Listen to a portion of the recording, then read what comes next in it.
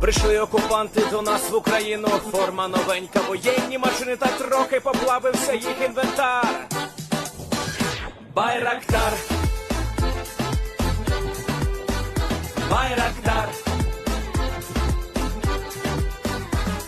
Російські танкісти сховались в кущі, щоб лаптем посьорбати довбані щі, та трохи у чах перегрівся навар. Байрактар, Байрактар. Приперли зі сходу до нас барани для восстановлення великої страни. Найкращий пастух баранячих отар. Байрактар, Байрактар. Їх доводи всяке озброєння різне, потужні ракети, машини залізні, у нас на всі доводи є коментар. Байрактар, Байрактар. Вони захопити хотіли нас зразу, а ми зачаїли на орків образу з російських бандитів, робить примар. Байрактар, Байрактар. Російська поліція справи заводить, та вбивцю рашистів ніяк не знаходить, хто винен, що в нашому полі глухар. Байрактар, Байрактар. Веде пропаганду кремлівський урод, слова пропаганди ковтає народ, тепер нове слово знає цар. Байрактар. Байрактар. Байрактар. Байрактар. Байрактар.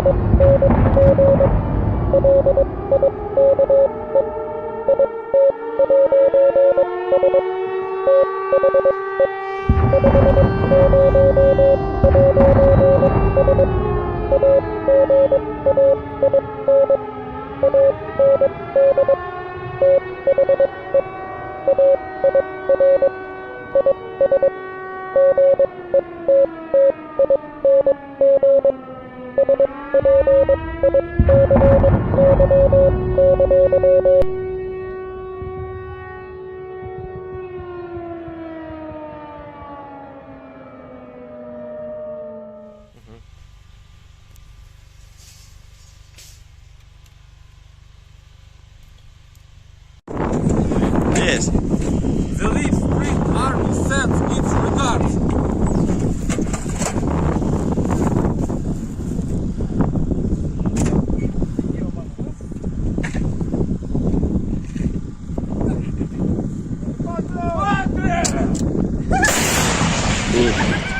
Русский военный корабль. Предлагаю сложить оружие и сдаться. Русский военный корабль, иди нахуй.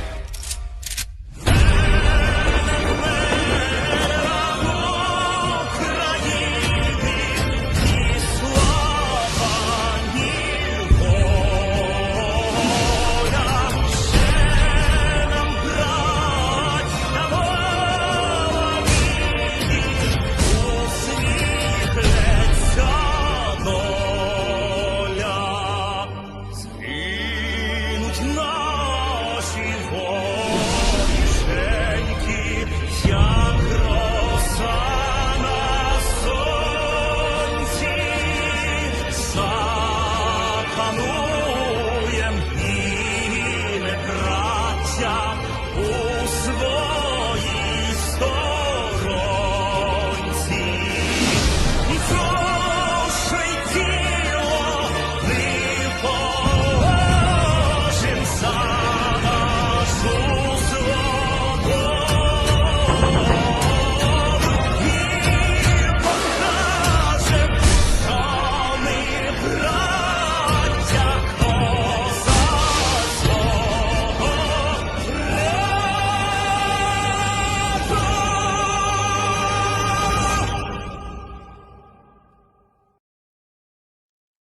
Hello everyone, I'm the Enforcer, and welcome back to day 706 of the news of the war in Ukraine. We're going to be covering the past 48 hours of news that has been going on both in Ukraine and also inside of the Middle East to a very small part. There hasn't been a lot of news coming out of the Middle East over the past 48 hours that is large enough for us to make a news segment on, but we will be covering it a little bit later on the stream and talking about what's going on down there, as the lull of action that we're seeing at the moment certainly will not last all too long. But the major news that we have today is that while the Ukrainians have been putting heavy pressure on Russian forces around the southern Dnipro River area near Kherson, we have started to hear of major explosions rocking it is the ninth largest city in the Russian Federation around 48 hours ago.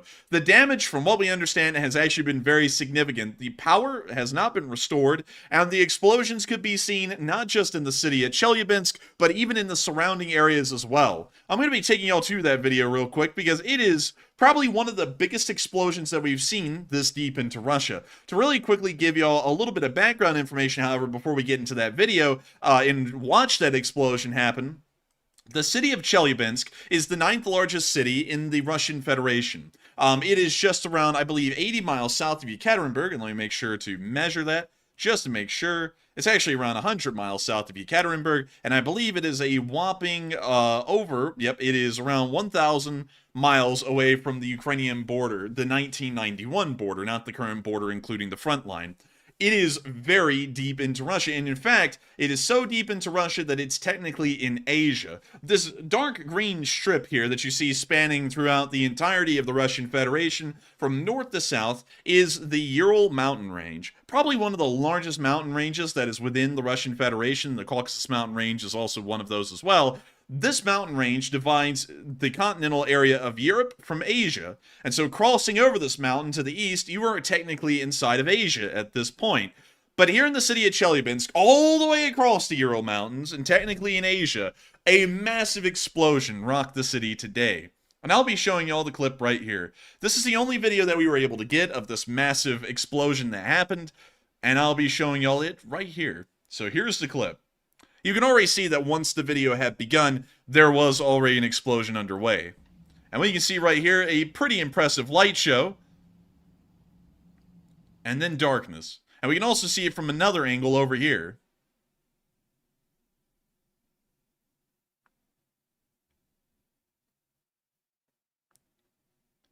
And we can see a busy intersection here in Chelyabinsk.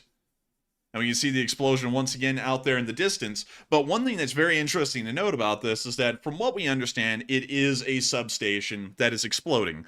But we do not know why specifically at this point. There's actually a lot of speculation as to what has really caused the explosion out here at the substation. And from what we understand, it was a major substation as well, to try and give a little bit more background to this glowing orb out there in the distance.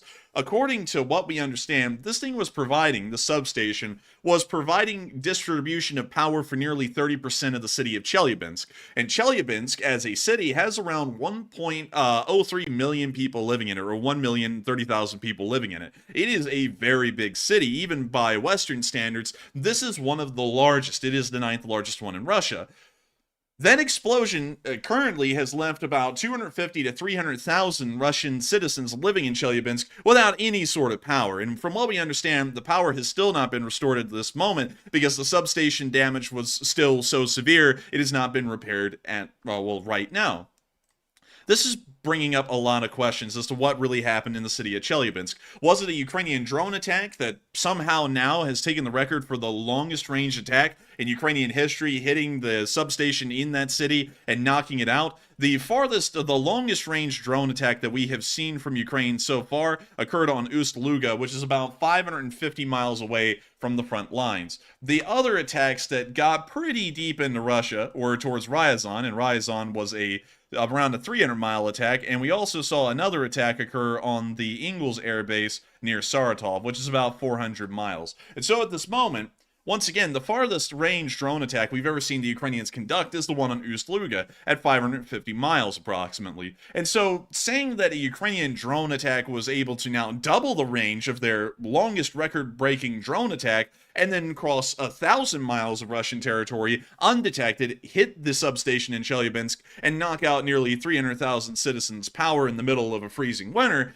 that is a little unlikely, at least on the official perspective at this point. We don't know if the Ukrainians now possess some kind of a newfound technology in their drone sphere that is allowing them to make an attack like this.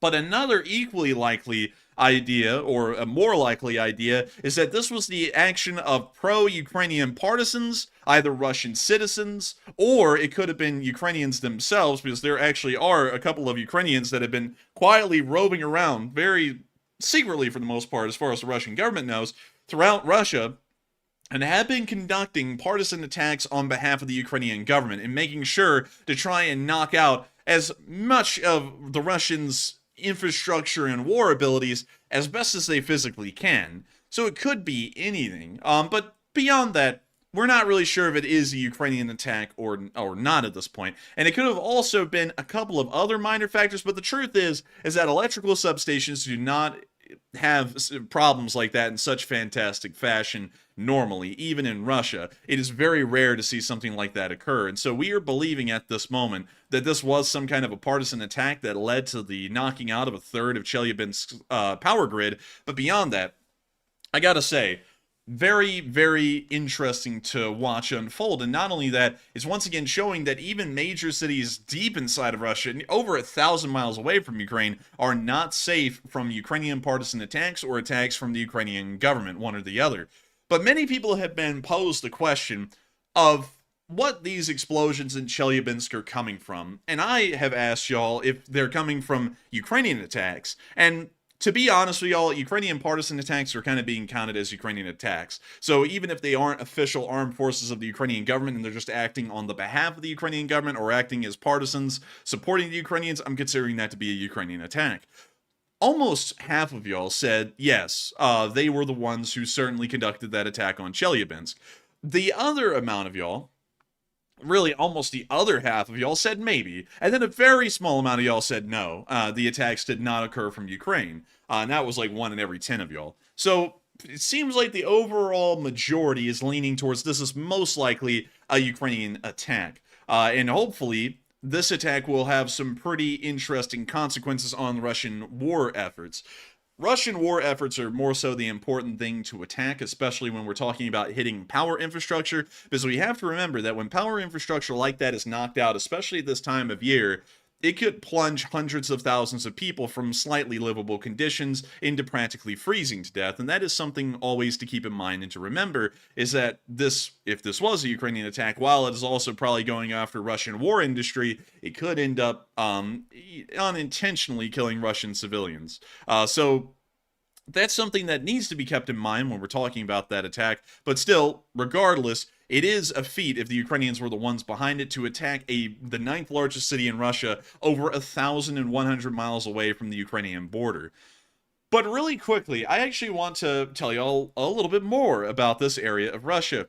You see, the Ural Mountain area is actually very special. It's a very unique place in Russian history. The Urals was what really stopped the Russians from expanding further east throughout most of their history. The farthest that the Russian Empire had ever made it by the late 1700s was almost to the very outreaches of the Ural Mountains. The Urals were this massive obstacle. They were very similar to the Appalachian Mountains in early American colonial history, but after a while, the Russians started to look into this area of eastern Russia and saw it as a place of great opportunity. There wasn't really anyone out there. The Chinese didn't want it. None of the people of the steppes were really trying to create a unified nation out there, and none of them had any major industrial ability. So by the time of the mid-1800s to late 1800s, while a lot of the Western European countries, like the British and the French, as well as the Italians and the Germans to smaller degrees, were scrambling to try and take control of Africa as much as possible, Russia realized that they would never be able to get in on that game and win. And so what they decided is that their scramble for Africa would be to go east throughout Asia and to take this other area that they control today, which is in continental Asia. Emperors like Catherine the Great actually said that this was going to be like Russia's Mexico for Spain. It was going to be a place of raw materials and natural resources that was going to propel the Russians into a new industrial age and finally bring them up to speed to the rest of the Western world. That never happened. But in World War II, the Soviet Union, under the leadership of Joseph Stalin, moved a lot of major industries from the areas of the Western Soviet Union out here in places like Ukraine, Belarus, the Baltics, and also everything really west of Moscow. And they started to move them out here to the Ural mountain ranges. And that's actually where the majority of the population in both Yekaterinburg and Chelyabinsk come from. And that's really where all of these major cities here east of the Urals got their major populations from, was from that shift in the late 1930s and through World War II into the 1940s and 50s.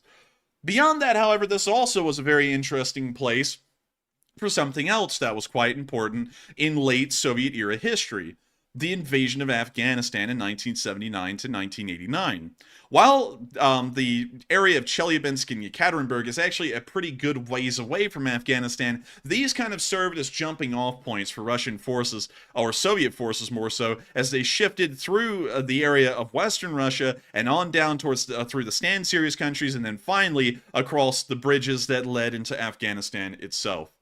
And what's very interesting is that that war in Afghanistan is viewed similarly in the Soviet Union, in the former Soviet republics, to the exact same way that the United States looks at the war in Vietnam.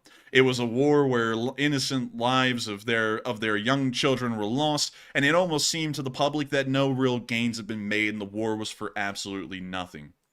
And it's very interesting to think about something like the war in Afghanistan, because the war in Afghanistan for the Soviet Union, the Soviet invasion of Afghanistan, was a very tough time for them. Incredibly tough. Over 10 years, they took a whopping 11,000 dead, and also lost a large amount of armor and armored personnel carriers and a decent amount of helicopters as well.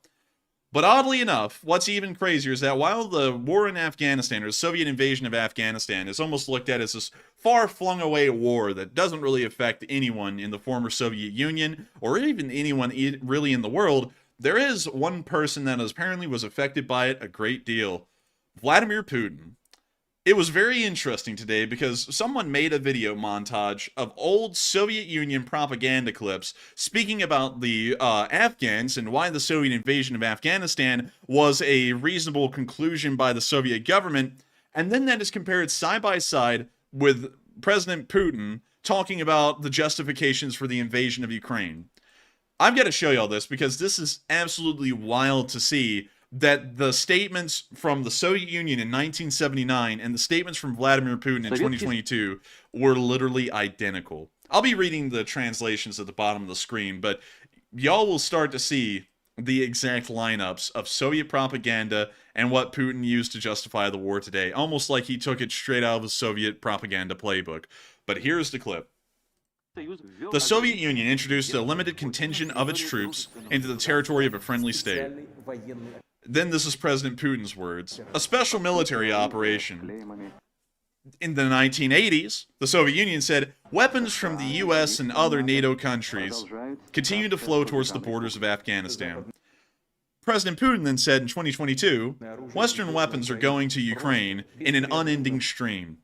You're starting to see the similarities in how he literally just ripped these statements straight out of Soviet propaganda about the invasion of Afghanistan, and he just moved them straight into the invasion of Ukraine. Literally the same justifications. Planning to establish a puppet regime in Afghanistan. That's what they said about the United States way back in 1979.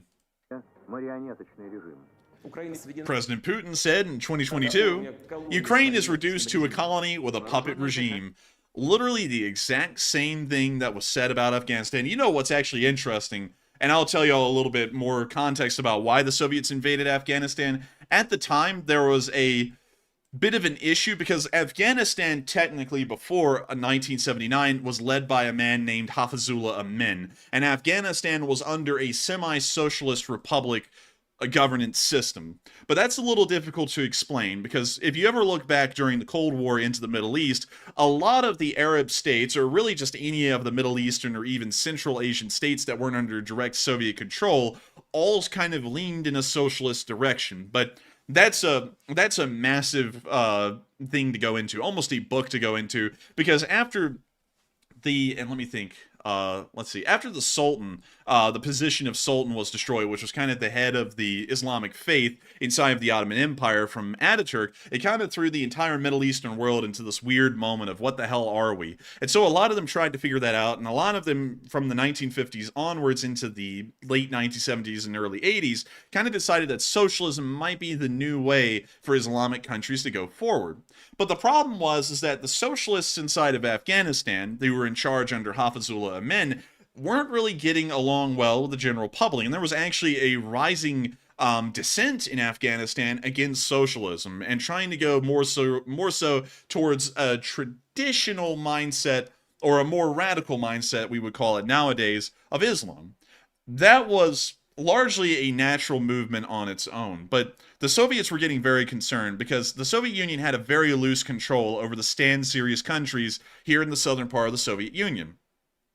And their big concern is that if the uprisings and the dissent continues in socialist Afghanistan and an overthrow happens there, it could cause a chain reaction throughout all of the Islamic republics of the Soviet Union, like Turkmenistan, Uzbekistan, Tajikistan, Kyrgyzstan, and Kazakhstan, and it could lead to them openly revolting against the Soviet government, and a massive revolution pretty much begins in this area. And so the Soviets decided that it would be very smart to try and fix the issue, invade Afghanistan, assassinate Hafizullah Amin, and try and bring in an even stricter communist government instead of a socialist one that would be able to violently repress the Afghan public into submission.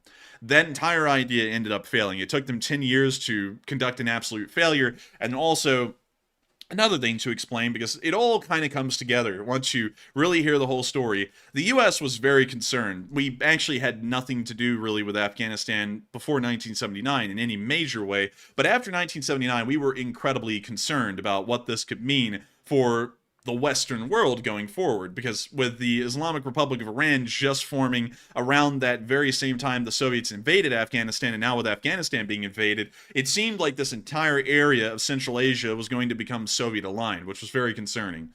So what we decided to do is we decided to give some money and some weapons to the Pakistanis, and the Pakistanis, on our behalf, quietly, would take those weapons and start shipping them across the border to a little group called the Mujahideen, which would fight the Soviet Union, shoot down their helicopters, destroy their tanks, and attack them outright over the course of 1979 to 1989.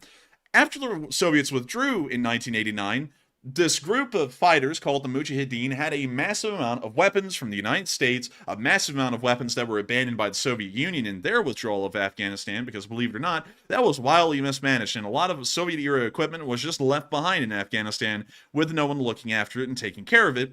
And so what they did is the Mujahideen kind of broke up and went into a civil war of its own in Afghanistan, and at the very end of that, right around 1995, the Islamic Republic of Afghanistan came into being, and the main group that was in control of Afghanistan from 1995 to 2001 when we invaded was the Taliban.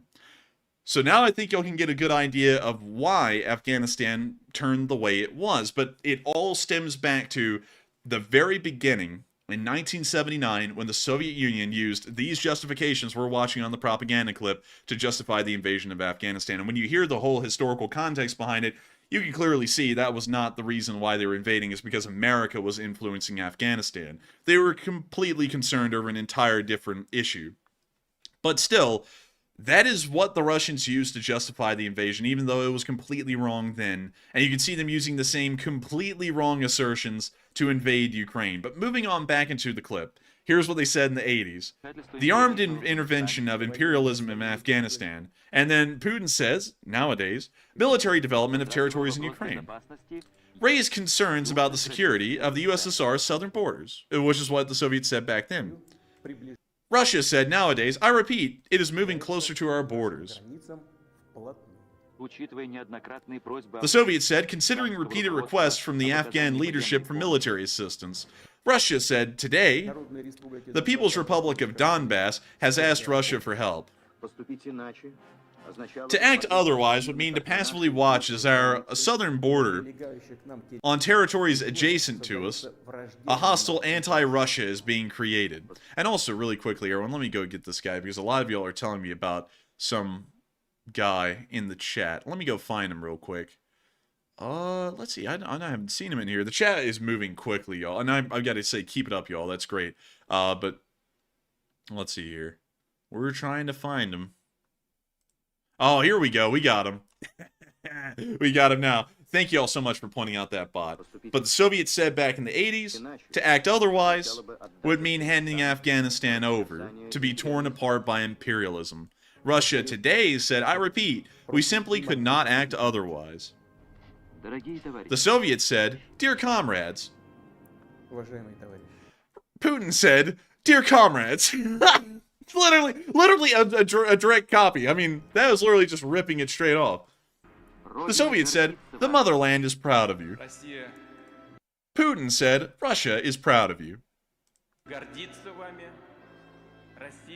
Russia is counting on you. The Soviets said, the motherland is counting on you. Just a second time to get it across.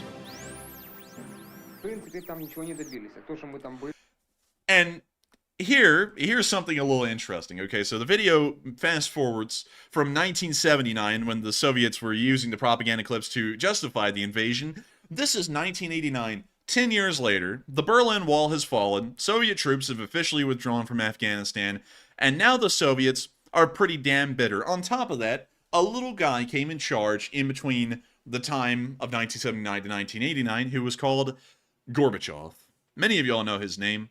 But Gorbachev was a very interesting leader in the Soviet Union because he brought forward two interesting policies, glasnost and perestroika. The two combined pretty much created this atmosphere of tolerance from the Soviet government where people could actually speak their mind about things they didn't like without fear of government reprisal. And once glasnost and perestroika came in, oh my god, it's actually contributed to be one of the largest reasons the Soviet Union collapsed, was that glasnost and perestroika actually allowed the public discontent, along with the economic upheaval of the times, to really culminate into the discontent that would lead to the pretty much the demands for Gorbachev to step down and for the Soviet Union to be dissolved.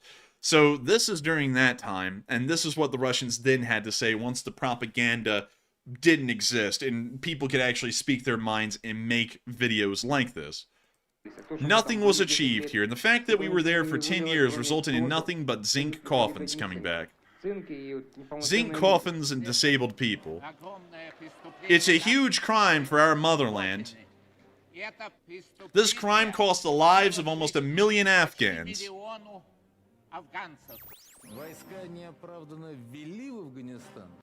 And then moves on a little bit. I believe we're going to be listening to our little boy, the Devil Sololoviv, but it moves on to now, and y'all can see that they look at it a little bit of a different way now. Apparently the lessons weren't learned and they're going into it brand new again. Or was their withdrawal untimely, and should they have been withdrawn at all? I'm interested in the lessons we learned from the Afghan war.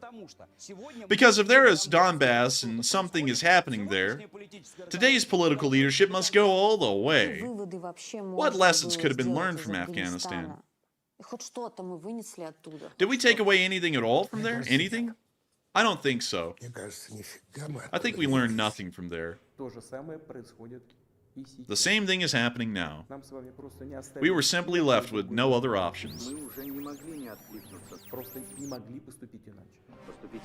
Now, just to give you all a little bit of context here, over 10 years in Afghanistan, the Russians only lost 15,000 dead. Gotta say, that's a pales in comparison to 2 years in Ukraine and nearly 400,000 dead as we speak right now.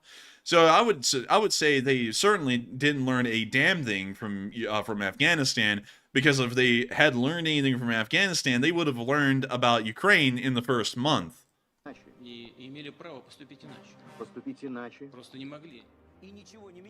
can see right there, they didn't learn a damn thing compared to the losses since, well, actually, I don't know who put this out because they said over 40,000 killed. At this point, according to the Ukrainian Ministry of Defense, nearly 400,000 have been killed. So that's a little interesting. But anyways, that's the end of that clip. But I just had to show you all that because I found the comparisons in between what Putin said now and what the Soviets said then to be so crazy, especially when put into form like that in a video, that I had to show that to y'all to show that the Russian propagandists have not even learned how to improve their craft. It's the exact same craft they had almost 40 years ago, even farther than that, almost 50 years ago at this point. But moving on into the next clip, while the communists were the ones who invaded invaded Afghanistan in 1979, it appears that the headquarters of the Communist Party of the Russian Federation caught on fire today in Moscow.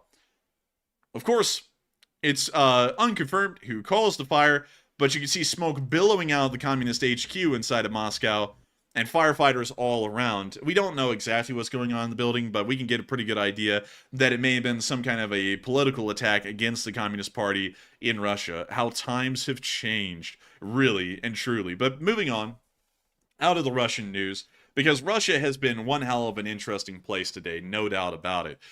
We're going to be moving on down into Ukraine itself, and we've seen something very interesting. The first bit of news I've ever seen from the Carpathian Mountains. Like, y'all don't know, but the Carpathian Mountains is some of y'all will know because y'all are Europeans and y'all are there, but American viewers may not know that the Carpathians even exist because it's such an unspoken of mountain range. It's almost like the Pyrenees, and the Pyrenees Mountains are the ones that divide France and Spain from each other. But beyond that, the Carpathians are a really unique mountain range because it used to be the old border back before World War I in between the Russian Empire and Austria-Hungary, and it served as the best natural border both sides had. Nowadays, it just kind of meanders its way through Slovakia, Ukraine, and Romania. And a large amount of the mountain range is actually within Romania these days. And also, another interesting thing is that this northern part in Romania that makes up the Carpathian mountain range is called Transylvania. And I'm sure many of y'all know of an interesting guy here in America that is from Transylvania, Dracula. Or Vlad the Impaler, as he actually was in real life. But beyond that, we got to see a picture of some Ukrainian border guards wandering around up in the mountain ranges of the Carpathians. And it really shows the difference in snowfall in between the Carpathians and the low plains of Ukraine over to the east. It is just chock full of snow. Look at that. That is at least 6 inches or more of snow on the ground up here in the Carpathians. And we see these Ukrainian soldiers, these Ukrainian border guards actually, in their winter smocks with their AKs, wandering around and making sure to keep the border safe in this area. Of course, this is not an active part of the border near a war zone, but it's still an important part to ensure it's secured. And I just gotta say, y'all, what a beautiful place. I wish I could go to the Carpathians in winter, because it looks like the picturesque painting style of what a winter really looks like. But still, incredibly cool, and it's nice to see Ukrainian border guards, even in the far-flung areas of Ukraine out in the southwest, continuing to do their job and continuing to protect their nation's borders against any kind of a threat that may try and slip in and disrupt the Ukrainians in such a vital time in their history.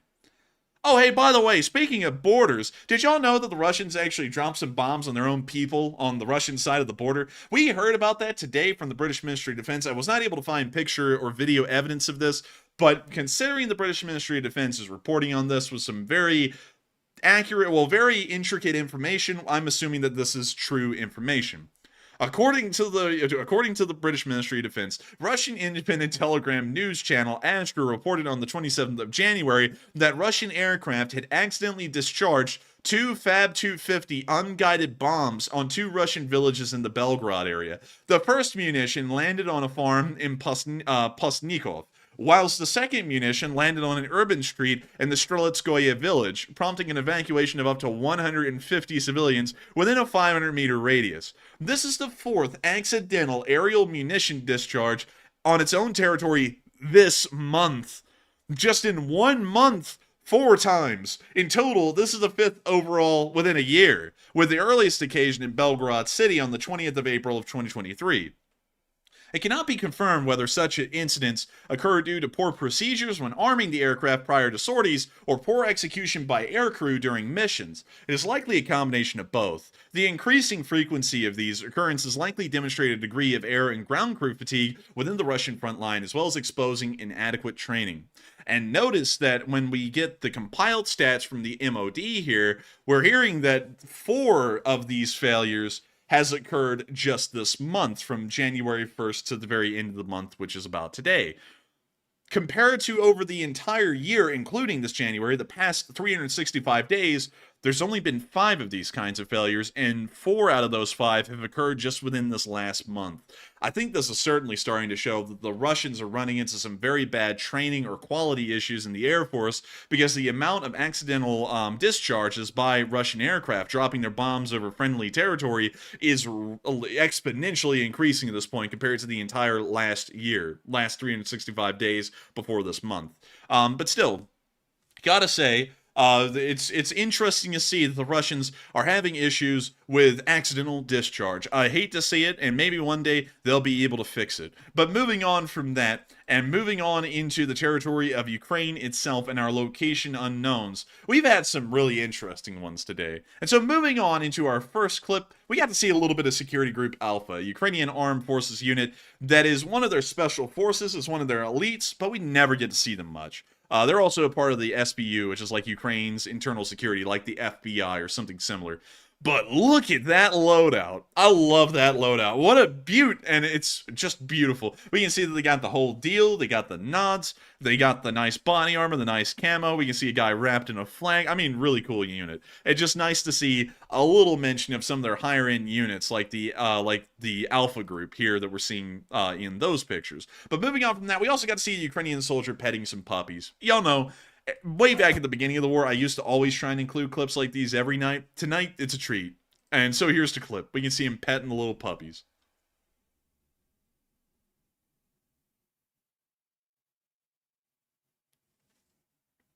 We see him petting the puppies right here. Look at him. Aw.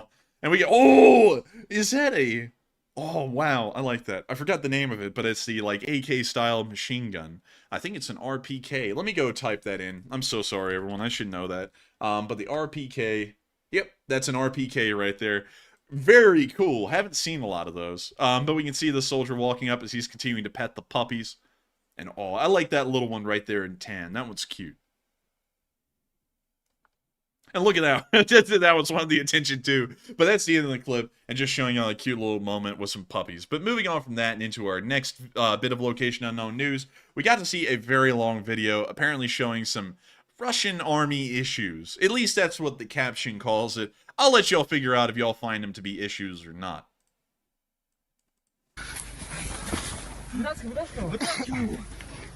Выходи, шлюха ебаная. Сейчас ебать тебя будем. Вы что, пидор? Охуели, блядь. Смотри, братан, контроль нахуй. Бля, вы посмотрите, суки, охуевшие. Это наш! Смотри. Виталя! Свои! Виталя, ты живой? Скорую! Или я тебя сам вытащу? Это наш! Это наш! Снимай, снимай! Приходи сюда! Хуй его знает, это маякуючи. Слышь, олень, это что? Что это такое? Вот это вот. Палатка, что это? Мы... А чье, блядь? Чье подозрение, спрашиваю? Чье подозрение, блядь? Мой рот. Какого хуя у вас за беспредел творится? Вы что, подохуели? А? We see him getting into some slugging fests. Look at him. They're throwing hands. Maybe even rifles. Ooh, look, an AK-12. Hang on. While that guy's getting beat, that's one hell of a beater rifle right there. That's an AK-12. Goodness gracious. Fists are flying. If only they could fight the Ukrainians as hard as they fight themselves, maybe they'd be able to win. But luckily, they stick to fighting themselves a lot more. Где эти черти, которые вот это вот сделали? Я не знаю. А? А кто знает? Брат! Huh, sounds like a little riot's going on back there in the background. Sounds like someone's gotten a little angry. А что такое? Что происходит?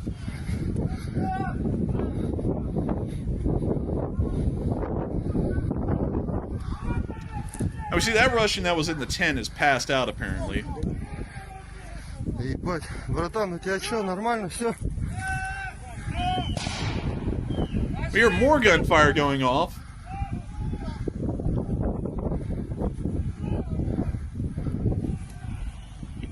This guy is literally pass out drunk. So he's like, even with the gunfire going on, pretty much the fight's going on around him, he's just there, you know, doing whatever. Братан, что, хуёво тебе? А, братец?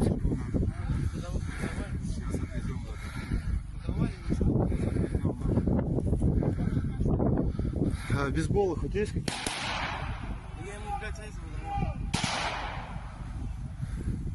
Tell me, folks, in the chat, what do you think these guys are on? Vodka, bath salts, meth, what? Like, it's got to be a mix of some terrible stuff, because these guys act like they're out of their damn minds. And when you see them walking back up to the ATV now, as there's just sporadic gunfire going on in the camp.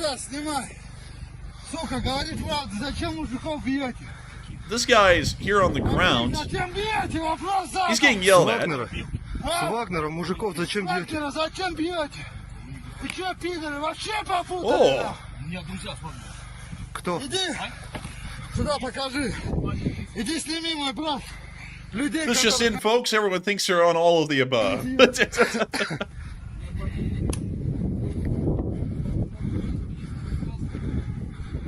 And we can hear some mentions. They were saying some stuff about Wagner in their yelling at that guy. So this might be some remnants of the Wagner out there still, because we know that the Wagner is still involved in the war a little bit, but we never hear about them much anymore. They're not at the former glory they once were, but they're still out there. Блядь, он живой? This guy's still out like a light. Пидорас. Вот так вот избили товарища, гондоны. Что, нашли? We see another AK-12. You see these guys coming over. Что они его не отправляют? Вот он отсюда не уходит, где сытся, зрется, они его пить, ты поставь, не пускай, смотри. Ты кто, командир роты? Нет, он просто здесь. Вот. Wait a minute, did he piss himself? I'm swearing, you know, it looks like the guy has pissed himself. I think he's that drunk. Вот. Что это, нормальный ход? Вы не знаете, что у вас происходит?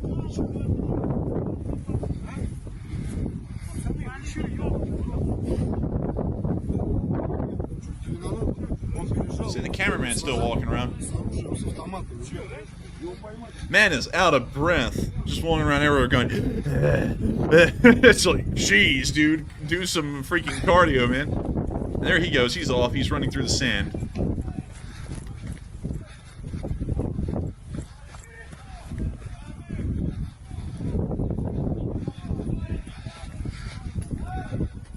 Now it looks like he's going to another part of the camp, and it looks like the chaos is even going on over here in this part of the camp.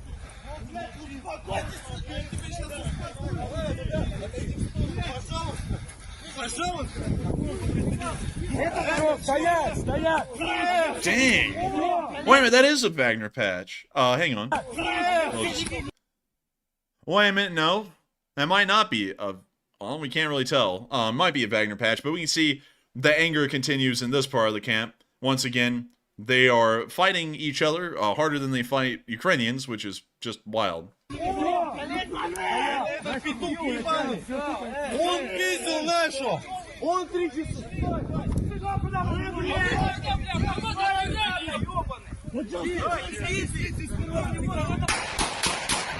hear more random gunfire. Стой! Братан, свои! Свои, брат! Стой, брат! Оружие опусти! Илья, свои! Балаклава, где твоя, блядь? Где твоя балаклава? Оставь предохранитель!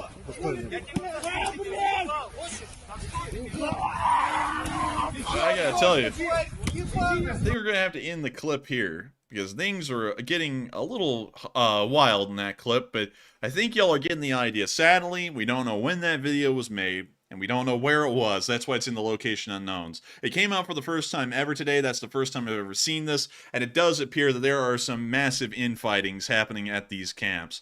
Also, I have seen some people saying that those were Ukrainian captives. I'm not entirely sure, because the last one we just saw in that clip, he was wearing the blue and white striped shirt of the Russian Naval Infantry, or the Russian Airborne. That's actually a very common shirt used in the Russian military, and that is not something that you normally see the Ukrainians wearing. The Ukrainians no longer wear that as standard issue clothing. So it looks like the Russians were finding each other in the camp, at least from what I could tell. But moving on from that and into our next clip, while those Russians appear to be very unlucky and have been put into the Thunderdome pretty much with each other, we got to see that one Russian logistics driver was apparently wildly lucky today inside of his lucky old Kamaz. We can see that this guy was also issued an AK-12, and I'm going to be honest with y'all. It appears that the Russians are starting to get a lot of AK-12s off the assembly lines finally, because we're starting to see a much higher number of them now than we ever have before. And so I think the Russians, wherever these are being produced, and I believe they're being produced at the Izmash factory that's now controlled by the Kalashnikov concern, but it looks like they're finally starting to pump these things out in large numbers. Doesn't really matter. It's not like the AK-12 is some kind of a godsend compared to the AK-74. It's literally just an AK-74 with more modern plastic furniture on it. That's really all that an AK-12 is. But as you can see, the windshield is smashed in on this Kamaz, and when we look inside of the driver's cab, wow. That's it. So the drone hit the windshield and got stuck in it. And it didn't make it all the way through, and it didn't explode either. So this guy is truly one of the luckiest supply truck drivers in the Russian army that we've ever seen so far. This guy is probably going to desert the Russian army and go back home, because you got to go get lottery tickets with that kind of luck. Speaking of which, I have to take y'all to this clip as well, because not to show y'all a whole bunch of Russians getting lucky today, but this was a wild video from the Russian VDV. You can see the patch at the top. That's for the VDV, which is the Russian Airborne Forces. This guy has an over-under shotgun that you would use shooting clay targets. He's actually about to shoot down a Ukrainian drone with this thing like it's skeet shooting. So here's the clip. Давай, давай, стреляй! See him fire his first shot, which missed. He fires the second one. I don't know what... I gotta be honest with y'all. The pellets on that thing's gotta be going slow, because look at the discharge of the powder out of the front of the barrel. It's like a blank. It's literally like a blank being shot out of that thing. Like, whatever that shotgun shell was, it has the most dog water, like, gunpowder inside of it you can imagine. That is like getting, like, blown on by an asthmatic with a straw, kind of a firepower coming out of that thing right there. But somehow, it did end up sending the pellets at a fast enough speed. It did take down the Ukrainian drone. You'll see this right there. So, you know, while the shotgun shell just sucks, it did do the job. So, pretty interesting to note, and pretty wild to see that the VDV pulled off one of their only miracles of the entire war. But moving on from that, and into the next clip, we also got to see a little picture of one of those German-provided Gepards in service with the Ukrainian Armed Forces. This one is just a standard Gepard 1. It's not the Gepard 1A2. Gepard 1A2s are different from the Gepard 1 because they actually have stingers undermounted under the main guns, which are 30mm Orlikons. We don't see that on this Gepard, so it's just a Gepard 1, not a Gepard 1A2, but still an absolutely amazing anti-air system to deal with Shaheeds and incoming cruise missiles. Probably one of the most effective that we have seen at close ranges in the entirety of the war. But moving on from that clip and into our last bit of location unknown news, it is time to see the Russian casualty report. And oh my buddy. Ooh! 5 for Matt! Hey! And also, I've seen some of y'all saying in the chat, free Enforcer Matt. Well, I gotta tell y'all, one, he's free. I mean, he's doing what he wants. But there actually is, and, you know, don't hold me to it, but there actually is a slight chance that he might be coming back here within the next few days, or maybe a week or two. I don't know, but it seems like the winds of change are coming back around, and Enforcer Matt might be joining us again. So, just want to put that out there. I cannot promise it, because, you know, that's still something that Enforcer Matt has to decide if he wants to come back on or not, but he might be coming back on. But that depends on some things that are going on behind the scenes that have been, you know, the main reason why he left in the first place, which has to do with the amount of work and the amount of stress that goes into doing law school and this, but that's for another time. But beyond that, speaking of Enforcer Matt, 5 Bobcat skid steers for Enforcer Matt. And a very good day in that number. But it's also a great day on the strategic end as far as the Russian casualties have gone. Another 960 Russian soldiers have been lost today, along with 29 armored personnel carriers, 42 supply trucks, 10 main battle tanks, 31 artillery systems, 35 drones, 1 aircraft, which we actually do have confirmation from the Ukrainians that it was an Su-34 fighter bomber, 1 cruise missile, 3 anti-aircraft warfare systems, and then, of course, the 5 Bobcat skid steers. But beyond that, it is wonderful to see that the Ukrainians have been able to inflict these kinds of incredibly high losses on the Russian forces, and hopefully we'll be able to see them continue to conduct these kinds of very good defensives or very good offensive campaigns like in Kherson that is leading them to have successes like those. But it's time for us to start moving on towards the frontline news, and we have a lot of it tonight. Also, by the way, just once again to note, many of y'all have been asking in the chat, do y'all know about, well, do you know about what's going on in the Middle East? Are we going to be covering that tonight? Or are the Iranians getting bombed? And the answer to that is the Iranians are not being bombed yet, but we do know that there's a lot of American aircraft airborne at the moment over the Middle East of many different kinds, showing that there may be build-up for an air campaign coming. Well, we know that the air campaign is coming, we just don't know when. And also, we are hearing a little bit from the area, just a very small amount. I'll be making sure to tell you all about that once we get done with the Ukraine war news. It's literally just like 3 bulletins. It wasn't enough for an entire news segment today, but it is enough to keep y'all up to date with what's going on in the area.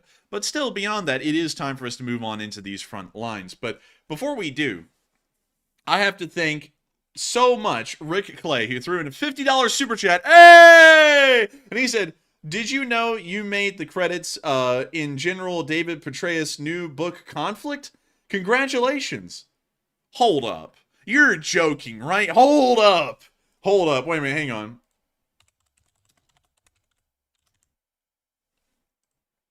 Hang on, everyone. This is that guy that, let's see. Let me make sure.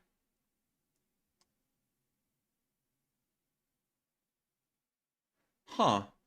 I made the credits in the book. Are you kidding? Like, are you kidding for real? Or is that real? Because that would be wild. I mean, you know, interesting little, let's see. David Petraeus Conflict. Let's see. So let me see here. From 1945 to Ukraine. There's no way that I'm credited in that book. Let's see here. You made the credits. Is there any way for me to see this? Like, I'm trying to find if I can pull that up. Conflict. Let's see here. Read a sample. Can we read a sample? Can we just read the credits? Can't tell. I'd be dipped. I can't find it. But that would be crazy if I was. And I'm going to have to go and look into that a little bit more, but that will be wild. If the Enforcer is somehow in the credits of the book. Let's see. You know, make credits.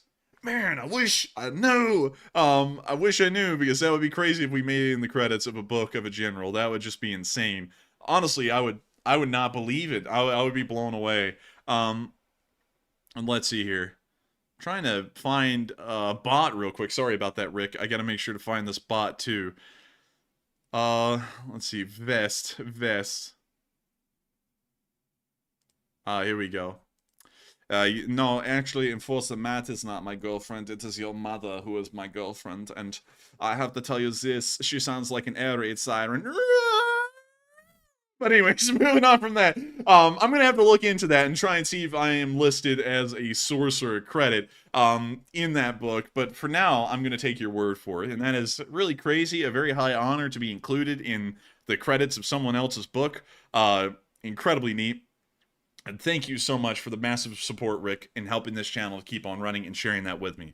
folks like you have made this channel possible and have helped me to be able to keep the thing running. If it wasn't for folks like you who were supporting this channel tonight and always trying to help to support this channel, I wouldn't be able to make this thing possible. And so, of course, if you appreciate the channel, supporting it is a great way to keep it running. I got to thank you so much for that, Rick Clay, because not only are you letting me know that apparently we are now credited as a source in David Petraeus' book about conflict from 1945 to the Ukraine war, but you're also helping this channel to continue to keep running, so maybe we can get another accolade like that in the future. And so with that, thank you so much once again for the support. I hope that does address that incredibly well, and of course, thank you once again for supporting the channel and helping it to keep running. And moving on from that, we have a 20 from BC Skyman, who did not throw in a comment, but BC Skyman needs no comment. He is an absolute legend of the channel, and he put in a pair, and it said, "Thanks for being you," and thank you for being you, BC Skyman. This channel would have never been possible without someone like you here with us every step of the way, and everyone else in the Lee Spring Army who has been helping this channel to keep rolling by hitting the like button, supporting the channel through a super chat, and just being here and saying wonderful things, because the support isn't always what counts.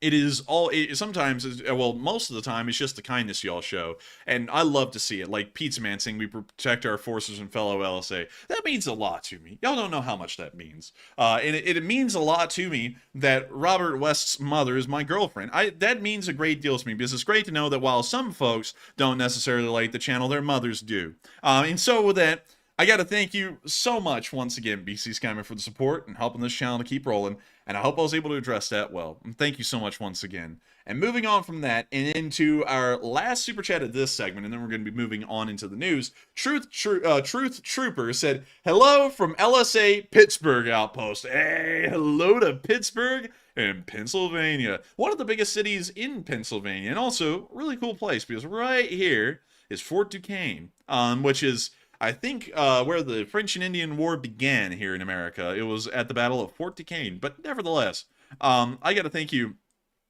Well, actually, no, sorry, correction. Fort Duquesne, I believe, is the fort that George Washington was involved in attacking in the French and Indian War, and I think it didn't end up going that well for the British, and they ended up having to retreat, and then that's when, I believe, Fort Washington was made, and it was like a small Motte and Bailey kind of a fortress that they made that was archaic by all standards, but still really neat. Nevertheless, thank you so much once again for being from Pittsburgh, a really cool place with a very interesting bit of American history in it. And also, will countries outside the U.S. be able to provide enough resources to Ukraine? USA must be the arsenal of democracy, and Pittsburgh knows more about that than many other cities in the U.S. would.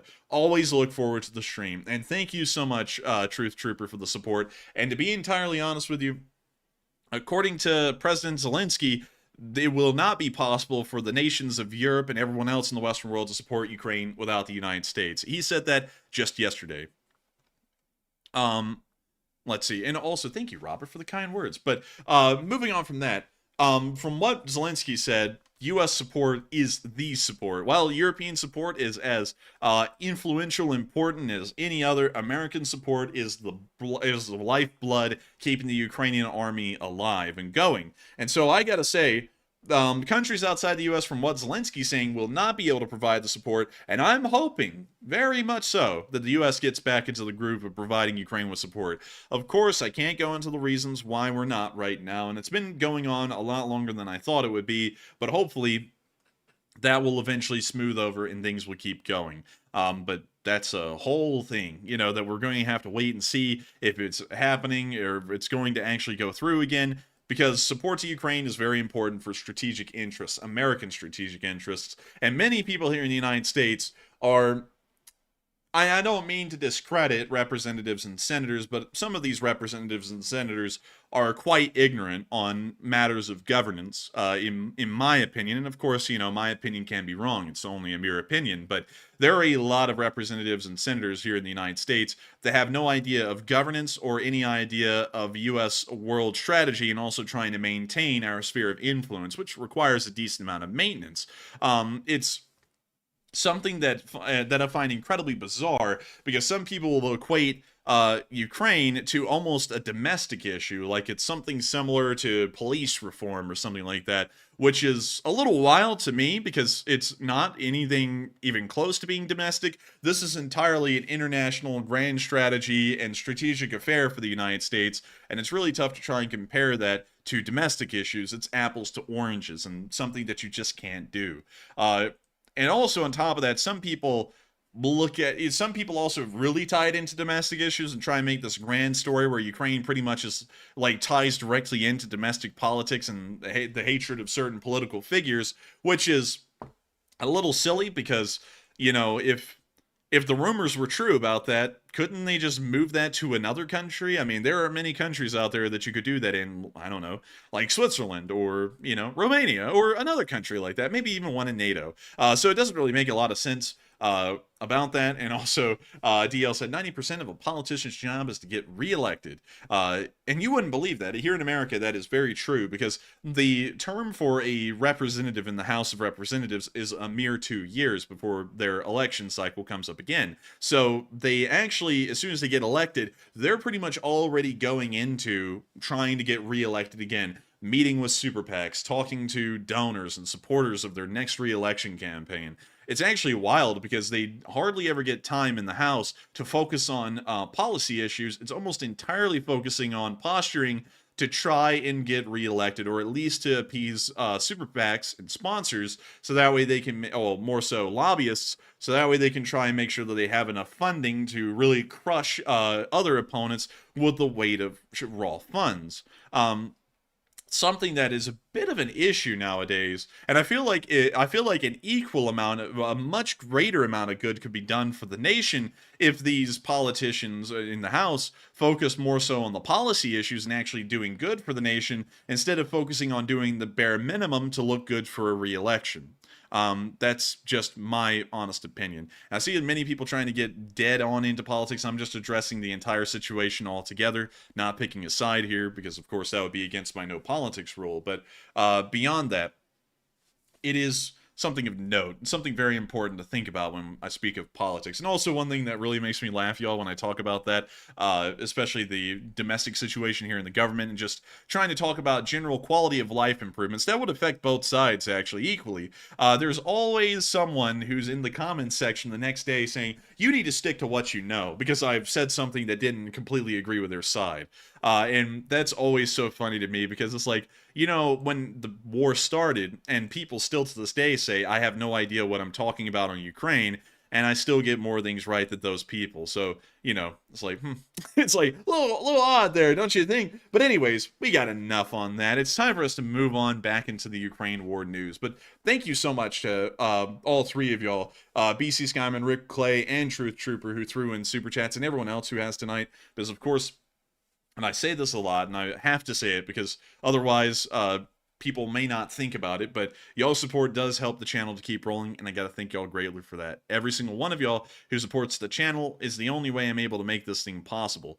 Without Super Chat support, there wouldn't be support to this channel. I wouldn't be able to do this as a living, and the channel would die. So I gotta thank every single one of y'all once again, because while the support to the channel is always a never-ending thing, it happens daily, it is something that is so necessary to the survival of this channel, and I thank y'all greatly for continuing to help the Enforcer to keep running and to keep the flag of the Lee Spring Army flying high over the internet. And so with that, it's time for us to move on into the northeastern area of Ukraine and towards Bodanivske, where we got to see the 43rd Brigade's Panzerhaubitze 2000. This thing is way up in the north, and it's just nice to see a German piece of engineering like this just driving around, doing its thing. A beautiful piece. But moving on from that and into our next bit of news in this area, we also get to see the 40th Brigade going out of its way to destroy Russian forces with their drones. And we're going to have to be muting that. But we can see here, their Mavics getting ready to go on their way to destiny. And here it goes, going for a D-30 artillery piece, hitting it dead on. We can see the puff of smoke out there. And hopefully we'll see some ammunition detonating here in a moment. We didn't, sadly. But moving into our next attack, we got to see apparently hitting a 2S1 Gazivka. hitting it right there. We didn't see the after effect, but I'm assuming it was a pretty good hit. But once again, we can't confirm destruction unless we watch it burn down on film. So probably damaged, maybe disabled, but we cannot confirm it was destroyed. We can see right here a Lada getting hit. And we can see another kind of a, oh, wait a minute. Oh, that's a Euro 4320. Oh, man. Right into the engine bay. Good night and sweet dreams. And we can see another D30 getting hit in its pit right there. And I gotta say, what a pit. They had that thing there for a while. They pretty much dug the pit around D30 because there's really no way for a truck to even get in there at this point, or for that thing to be rolled in there. So it was pretty much set in, like they dug the pit and just set this thing in place, and it stayed there until it got destroyed today.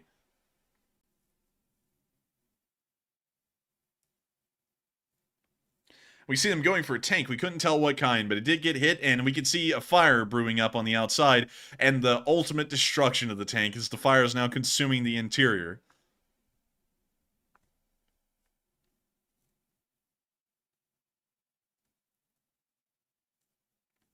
We can now see them going for a B. Oh my god! What was that? Oh my god, it got vaporized. That was not a drone that hit that thing. I think that was artillery, because look, the whole half of the thing just went flying through the air.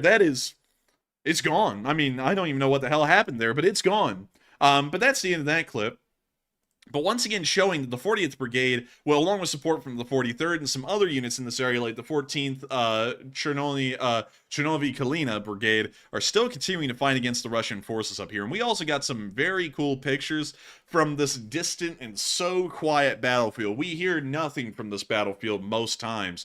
But today we got to see some pictures of what the battlefield really looks like overall. We can see here some Ukrainian soldiers addressing a wounded on a stretcher in the middle of pretty much the twilight. And the next picture we can see them roaming through these northern forests that have been destroyed by both sides' artillery fire over months, really a year on end at this point. In this next picture we can see them carrying a stretcher once more through these desolate woods. We can see here the face of a dirtied Ukrainian soldier wearing his winter camo in the middle of this destroyed forest again. We can see here, it looks like maybe the same soldier, a slightly different one, at another position, apparently getting hit with a flash on that thing. And we can also see here a Ukrainian soldier taking a moment to smoke a cigarette, probably a good pastime in the middle of the war, because, you know, I don't think cancer is really a big issue when you're on the front lines in a war. We can also see them here hanging out, most likely in a dugout inside of a trench in the area. And we can also see a shovel being held by one of the soldiers in that outpost. Another soldier showing what seems to be the shovel and also a plastic container inside the dugout. And then finally, looks like one of the same soldiers from the start with a dirtied up snow camo standing out in these destroyed woods. But you know, while it's generally pictures of about the same squad and kind of in a similar area, still giving us a really good glimpse into what this battlefield really looks like. A battlefield we know very little about, and very little video-wise is being documented about it, but still, here and there we get little glimpses of life in that area of the front, and it appears to be as desolate and as dire a battlefield as really any other, even like Avdiivka or Bakhmut. But moving on from that and down into the area near Svatove, we got to see Ukrainian BMP rolling on the move. Here it comes, and it's just a simple BMP one. It's not like an incredibly cool BMP or anything. You know, it's a fairly older one, but still moving on along. Making my way downtown, walking fast. Oh, tractor! The Russians quivered fear at the sight of a tractor. But moving on from that clip and into our next one, we got to hear from the Ukrainian Ministry of Defense today that the Russians lost an Su-34 fighter bomber over the area of the Luhansk region. That was according to Andrei Kovalov, so we're going to take his word for it, because they also included it in the official casualty report today. Great news to hear, and once again confirming that the Russian Air Force is starting to possibly have to deal with this roving Patriot that we're starting to hear about, or more so what's been nicknamed the roaming Patriot, as it seems to be popping up really anywhere throughout Ukraine at this point, and wreaking havoc on any Russian aircraft that are in the area when it's deployed. But moving even further on down and towards Kremenna, we got to see a lot of stuff from the Kremenna forest from yesterday. Not today. All of these clips are from yesterday. We got to see some nighttime film inside of the Chelyabinsk forest, which is what the Kremenna forest is actually called. We can see them looking through an infrared sight right here.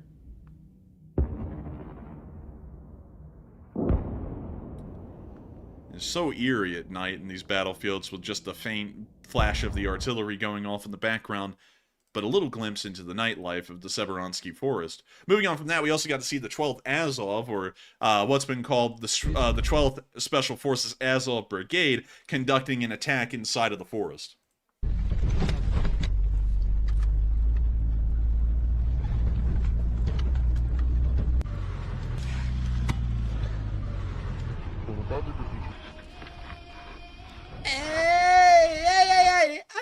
But anyways, we can see them here moving through the woods, getting ready for the fight. There goes their drone. They're going to do a little bit of recon to see what's ahead of them. We see this guy picking at the bar because he's a little bored. Wars get pretty boring. In all honesty, most of the time, most units deal with complete boredom, not really doing much, and just kind of sitting around and waiting. That's where the phrase in the military, hurry up and wait, comes from. And I know many of the veterans here tonight know a lot about that phrase, because it is the life of the military, pretty much, just hurry up and wait. But these Ukrainian soldiers have gotten to the part of hurrying up. They're not waiting, they're doing. We can see them firing off what appears to be an 81mm mortar, possibly, or maybe a 61. Honestly, that looks a lot like an 81, but let me know in the chat. What do y'all think it is? An 81mm or an 81mm or a 60mm mortar?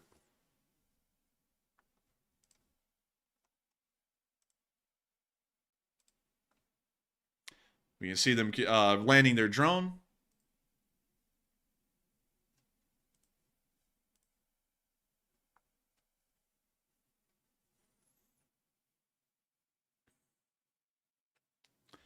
And that's the end of that clip, but giving us a little bit of a look at what the 12th Special Azov Forces were able to do in the area today. And of course, if they don't have the 81mm or the 60mm, and it looks like many of y'all are in the camp that was most likely a 60mm, and I believe so, we got to see, apparently, an M109 supporting the forces near Kreminna. This is kind of a bigger version of a mortar. It's what's called a self-propelled gun, because it carries a big-ass gun, and it's self-propelled, with its own motor and everything. Pretty cool system. They've been around for a long time, too, like since World War II and even a little bit before that. But I like them, I think they're neat, and of course, it's American provided. So what's there to not like? It's the best of the best. The quality, the cream of the crop. And I'm just kidding. There's also some great stuff out there like the let's see, the Abbott SPG, or the AS-90 from the United Kingdom, or the Panzerhaubitze 2000, or the Caesar SPG from France, or the Bodana from Ukraine. There's so many SPGs that are incredibly cool, but the Paladin is a really neat one to me. But moving on from that and down into the direction of Bakhmut, we got to see on its northern side today that the 82nd Air Mobile Brigade was hitting Russian forces. Of course, with their Mavic drones. Most of the time, the war is being conducted by Ukraine at this point with their drone forces heavily. It's very rare to see Ukrainian infantry forces actually engaging in combat with the Russians. In most parts of the line, they like to use the drones. They're cheap, inexpensive, and not only that, wildly effective for their cost. But we can see right there that the 82nd almost took itself down, but now they're going for the Russian drone again, because they mean they're going to take it down. And it actually looks like it went down right there. So that's the end of that clip, and wild success. Great success! Wonderful to see. But moving on from that and down into the southern area of Bakhmut near Klishkivka, it appears that fighting here actually picked up a little bit today, at least on video evidence. We got to see that the 93rd Brigade was actually fighting against the Russians and clearing some trenches down south of Klishkivka, which we got a clip of today. Of course, the Fighting 93rd is an absolutely famous unit. One of the first to meet the Russian vanguard on the outskirts of Kharkiv. They then went on to be the spearhead of the Ukrainian Balaklia offensive, or what is nowadays called the Kharkiv offensive, in summer of 2022, breaking through the Russian lines near the town of Balaklia and pushing the Russians nearly 50 miles back over the course of 3 days. They were the spearhead unit.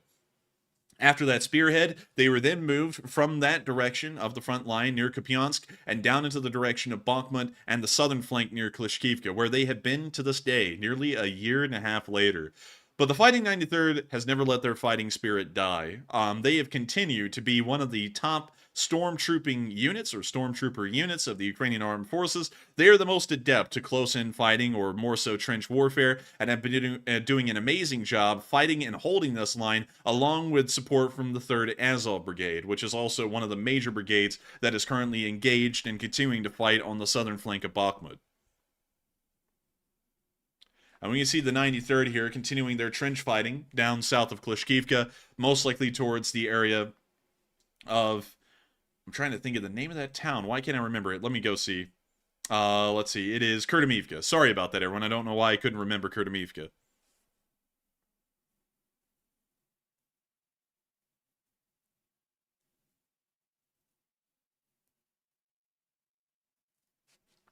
See them tossing a nade into the outpost, firing into some of the dugouts.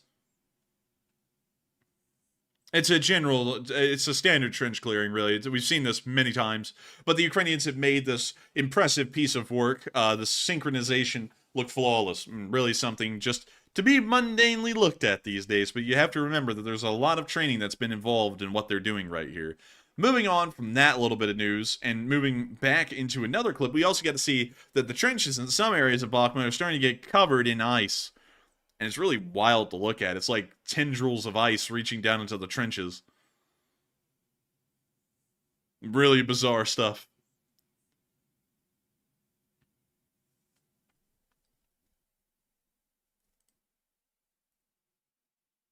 And while we were watching the 93rd show in impeccable levels of training, we have seen consistently the Russians are starting to show some serious lacks of training, like the accidental drops of bombs over Russian territory, and not only that, how Russian forces are actually performing in the field in most areas.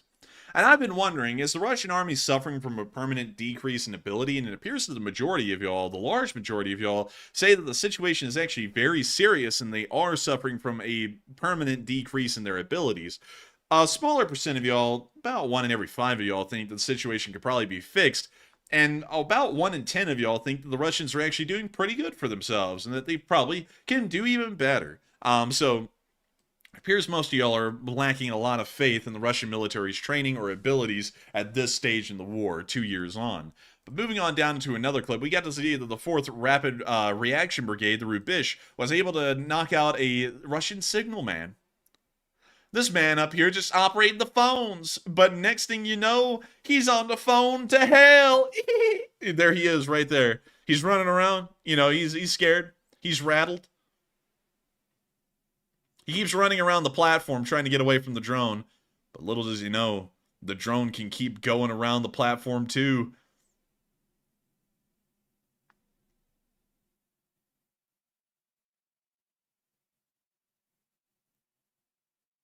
Also, to give you all some context, that is Verkno-Kamyanka back there, so, you know, not that far away.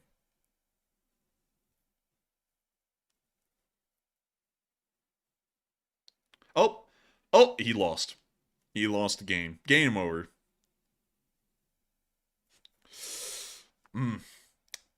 He lost the game.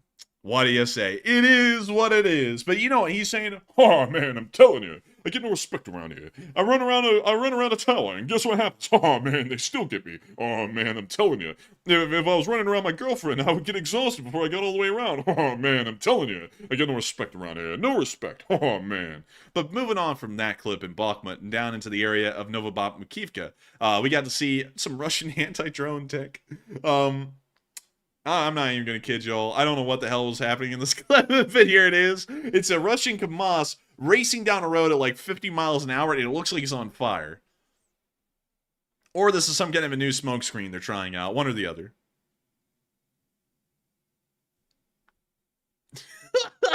He looks like Hellrider in the Russian army form. But then that means it's probably like a Hellblazer or something, because that thing was smoking. But anyways, moving on from that, in Torsk Krasnoyarivka, we got to see a Russian MTLB also getting destroyed as well.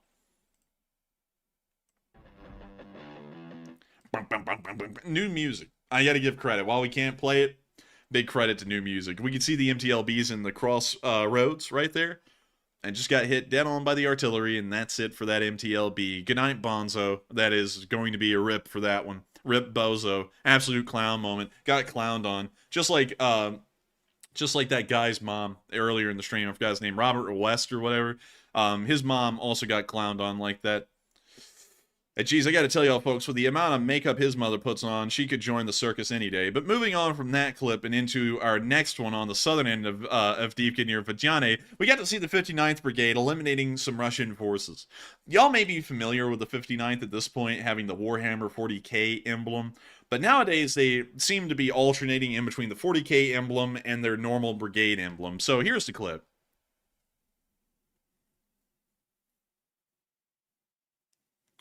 You see our Russians here firing off their black powder weapons. It's the smoke that they're letting out is a lot. Probably mostly because of the cold conditions and maybe some bad gunpowder, but there goes the drone, and there goes some Russians. Now, if that isn't black powder, I don't know what is. And once again, coleslaw. But love it. I just love it. The 59th is doing some work. And moving on from that, and speaking of work, y'all, I think Robert West's mom could have some work done. You know, maybe a little bit of filler here and there.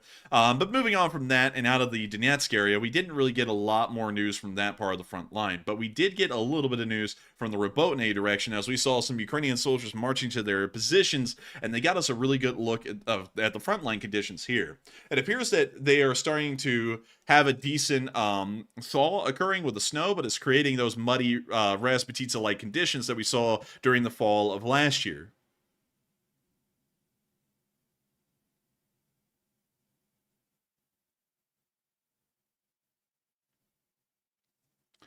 You see them continuing to move on down along their way through the muddy roads. And that's the end of the clip. But big credit. It's nice to see some Ukrainian troops continuing to trudge their way towards the lines, but once again, it appears that the logistical situation off of paved roads is going to start becoming quite difficult as supply trucks easily get bogged down in those kinds of conditions. Even lighter vehicles like cars are seen to be bogged down in that kind of muddy-like conditions, or road conditions. So hopefully they'll be able to find a way to work around that, or at least make sure that their soldiers are still supplied adequately, even though there will be some major logistical challenges coming up for both sides. Moving on from that into Robotny, we also got to see the Ukrainians planting a Ukrainian flag with one of their drones. When you see here that drone coming on down with a flag and dropping it, and bing, and it landed upright. The flag was planted on the field. What a sight. I can't believe that thing actually landed like a spear. Usually I would think it'd land sideways, but man, what a show right there. Jolly good show, old boy. Jolly good show. But moving on from that, just nice to watch that bit of Ukrainian patriotism coming around. And moving on from that, and down into the area of the left bank of the Kherson River. And also before we do, Don C. said, Enforcer, you were running for president. No more mom jokes. You're right. But listen, man, I don't make the jokes. Robert West's mom is already a joke, so there's not really a lot of comedy that I'm even adding to this. It's just raw facts, and y'all know what the truth is. Facts don't care about your feelings. They just don't. But for some reason, apparently it was a fact. Well, I'm not going into that. That's a whole thing that's been going on somewhere else. Anyways, we're moving on down to the Kherson area where we got to see a Merlin get destroyed. Check it out. A Merlin drone. There goes the missile towards the Merlin. And this thing ain't no wizard, Harry, because this thing got obliterated. Got smacked like a stepchild who wasn't able to get his stepdad a beer. And that's rough.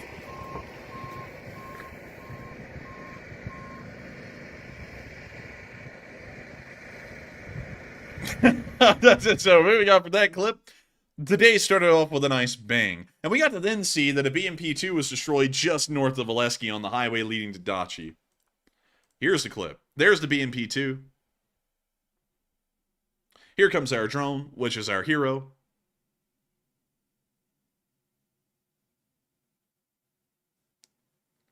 And bada boosh. The drone got him dead on.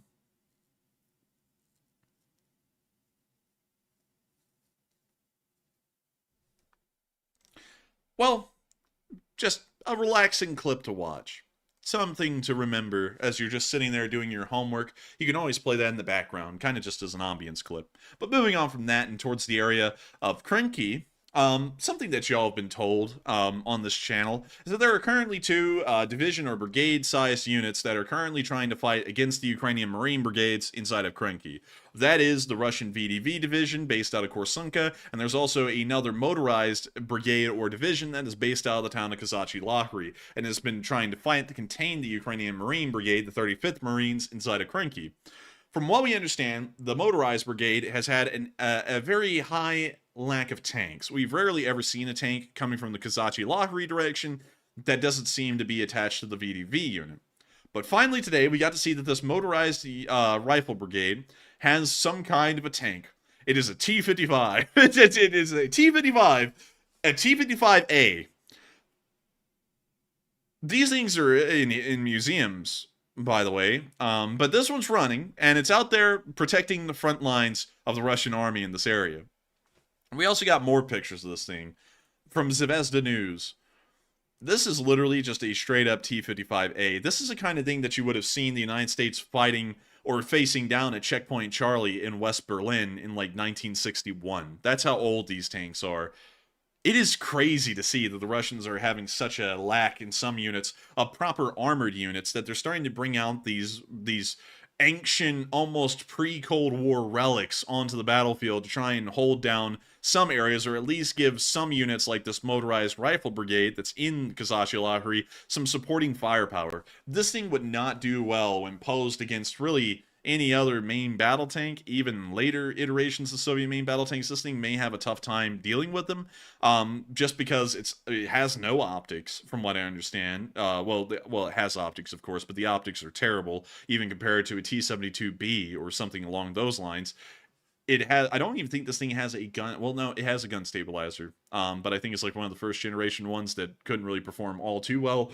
I mean, overall, this thing is archaic and ancient, and it's just insane to see something this old being used on the front lines. I mean, tanks that are old do have their place a little bit on the battlefield, as long as they're heavily upgraded and put into reserve units. But this thing is in a frontline unit in Kherson with no heavy upgrades. It is a T-55A, if I've ever seen one. But anyways, we're going to be moving on from that little bit of news down in the area of Krenki, because of course the battle goes on and the Ukrainians are still holding strong. Well, at least the 35th Marines are.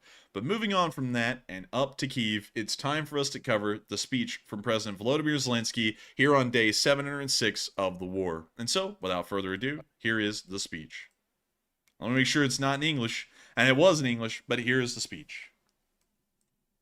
Бажаю здоров'я, шановні українці і українки. Коротко про цей день. Щойно говорив із президентом Фінляндії. Дуже тепла розмова.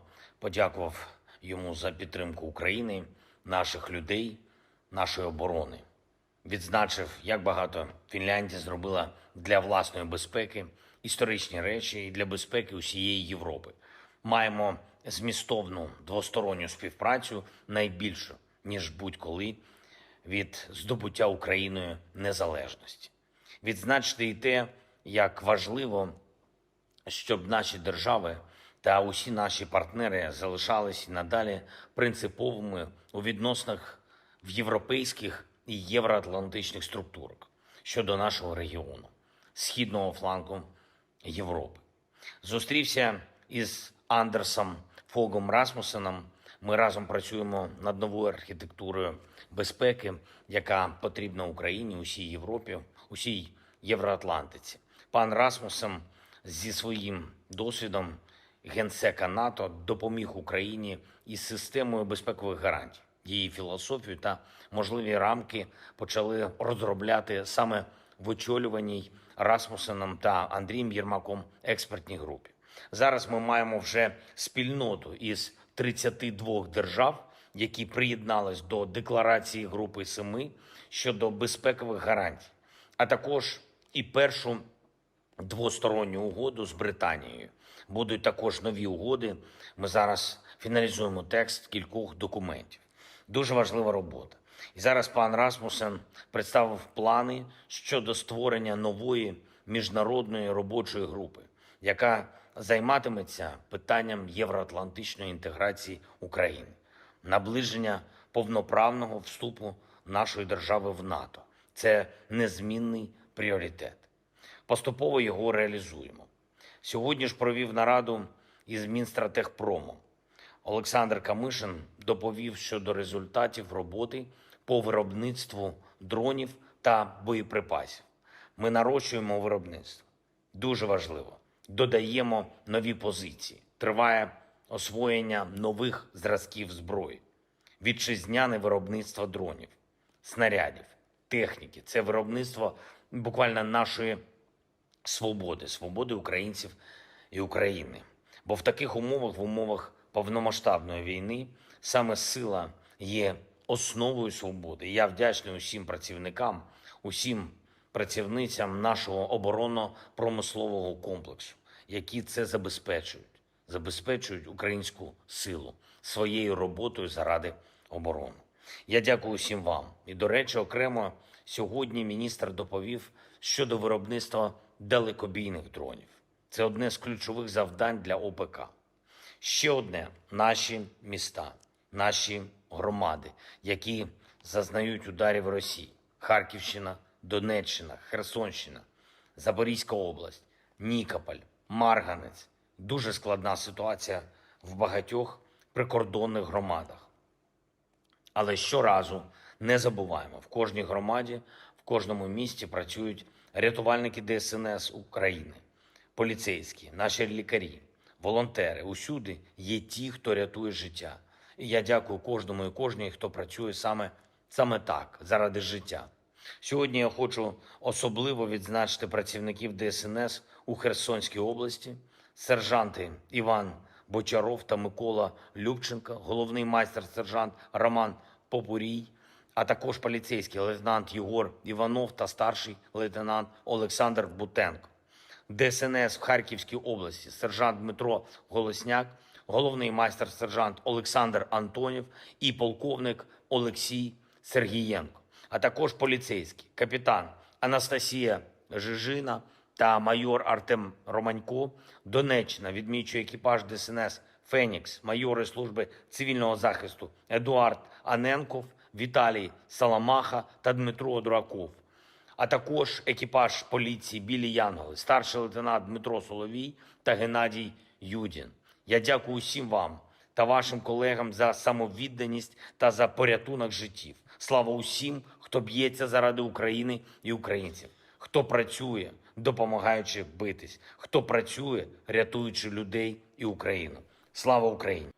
And Rom Slava. And with that, that is the end of the speech from President Volodymyr Zelensky here on day 706 of the war. And so, we're of course going to be moving on into the question segment. We're going to get to talk to every single one of y'all, both the super chats, the live chats, and everything in between.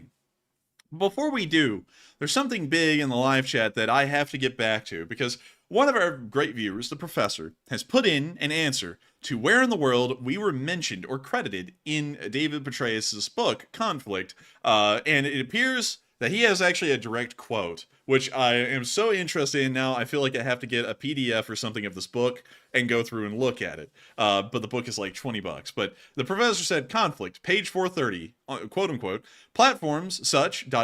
and the Enforcer channel and the Institute for the Study of War allowed people around the world to follow the war in depth in a way that had never happened before. And so it looks like we are being credited by General David Petraeus as being something that has allowed the world to see a war in a way never seen before. Now, because of that, I'm going to have to go on to Amazon, and I'm going to have to get the book to go and see what is up with that, because I've got to go see now. Can we read this thing? Can we just crack it open? I'll be dipped. I mean, let's see. Let's see here. I just want to know, where the hell are we in this book? I mean, that would be crazy if we could find that out, for real, and I can show that to you all here on air. That'd be dipped. And I got a great friend who reads all kinds of books, but not these kind of books. So, oh my god, this just really aggravates me. I wish I could find this. Oh my god, can we get a PDF? I just want a PDF, dagnabbit. Let's see. Conflict, page 430. Can we just get page 430? Oh, come on. This is ridiculous. I mean, this really is ridiculous. Um, so hang on, y'all. I'm gonna go actually buy it and download it real quick. So that way I can try and figure out what's in it. So let me go to Amazon and let's see. Kindle. I could get it as a Kindle book. I don't think I have a Kindle, but let me find out. So we'll buy now with one click, and we'll see if it pops up. So thanks, Andrew, and let's see, deliver to the Kindle library. I want to deliver to this device. This one. Let's see. Oh my god, how in the world do I get on Kindle? I'm so sorry, everyone. Hang with me, hang tight, because I gotta go find this thing, because that would be crazy if if the channel, if like we all were mentioned, in a book. That would be insane, and that would actually blow me away, because that would finally be like the one bit of credit that we've ever gotten. So let me go to Kindle. Kindle Unlimited. You currently do not have Kindle Unlimited. I don't want Kindle Unlimited. I just want Kindle. That's all I want. Let's see here. Kindle. Content library. Maybe that's it. Digital content. Books. Oh, no, those are the history books. Where the hell did it go? I mean, I just got it. So where the hell did the book go? Let's see here. Devices. Kindle on one device. Oh my god. You gotta be kidding me. This is crazy, y'all. I mean, and let's see here. Apparently we got the devil in here. Oh, look at that. Yeah, we do. Let me get him out of here. But let's see. Let me get him out of here. Do we need to call a priest for that one, or can I just ban him as it is? But dang, where in the world did I get into this? Preferences. Well, let's see here. Let me go back to let's see, orders, and let me go over here. Wait, did the order not go through? Is it not saying that it went through? Oh my lord. Why? Why is this, this is so complicated for no reason? Let me go conflict by General Petraeus. Let me go find it again. I'm so sorry, y'all. I do not mean to make y'all wait, but this would be great if I can find this out. And apparently we're starting to have bots rolling in as I'm getting distracted here. So let me go get Razor Wire here. Let's see here. Not seeing him at the moment, but I'll check back and see if I can see him again. So it's on Amazon Kindle. But I'd be dipped. It's not letting me get to it. Books. 3 titles. I got all these books in like 2022. Wait a minute. I think I have to deliver it to this device. I think. So. Oh, damn it. I don't mean to cuss, sorry, y'all. But, let's see. Conflict. David Petraeus. I mean, Amazon's like a book thing. Why is it so difficult to get the book? So, we go here. Kindle. $18.99. Buy now with one click. So, I ought to be able to get it with one click. So, let's do it again. Read with our free app. Deliver to your Kindle library. So, yes. Okay, so that should be in the Kindle library. So, let's buy it with one click. Let's see what happens. Doesn't say anything. Oh my lord. Oh, the damn payment canceled because I haven't used Amazon in like 2 years, and so I can't get it right now. I'm so sorry, everyone. I hate that, because I will be looking into it. I'm going to get that book. I'm going to check on it and read it, because that'd be pretty damn cool. I'm just not going to say. I mean, like, that'd be pretty neat if we were mentioned. So, that's it. I'll be looking into it, and thank you so much once again, everyone, for bringing that to my attention, so that way I can look around. And let's see here. See. Okay, so everyone's talking about this bot. This bot is in here and causing some trouble. Here we go. I got him. So there we go. He's gone. And so with that, thank you everyone for hanging with me. And now we're about to move into the super chats. And so moving on into our first super chat of this segment, it is a 20 from Gilly Flower. Hey! And thank you so much for the support. Did not throw in a comment, but the support does help me to keep the channel running. And thank you for that, Gilly. And thank you for making it possible.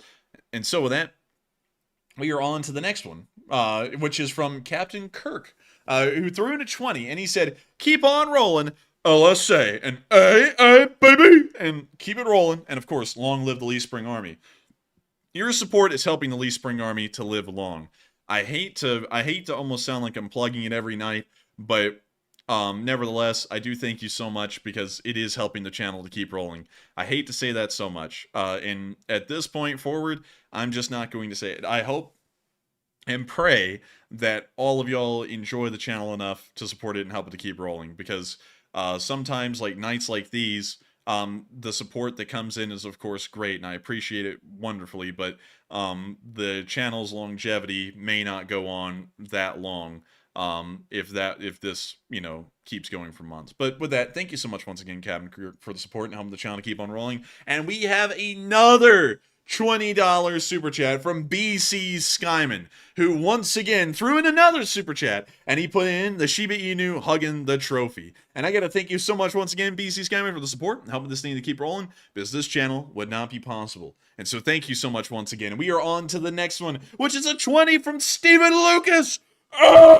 And he said, I don't think Russia is out of men after seeing 550-year-olds in the trenches, warm bodies. And warm bodies indeed. And also, boom, there we go. I had a feeling that that guy was probably a bot when he was talking about, what's this about abusing kids? And I was like, when in the world did anyone on the stream talk about abusing kids?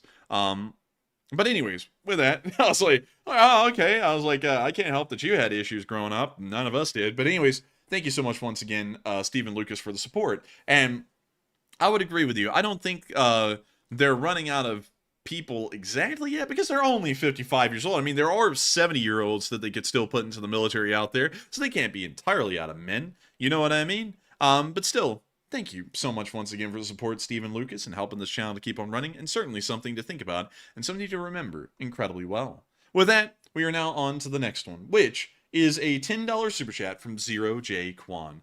Hey! And he said, Enforcer, Vigo, the Carpathian, is from there too, LOL. If you don't know the reference, haha, thanks for all your hard work. Hope law school is going well. Say hi to Matt for us.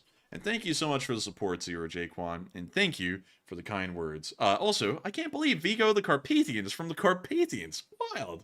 Who would have thought? And also, I don't get the reference, but I will make sure to take it in good faith. And also, thank you for enjoying the hard work.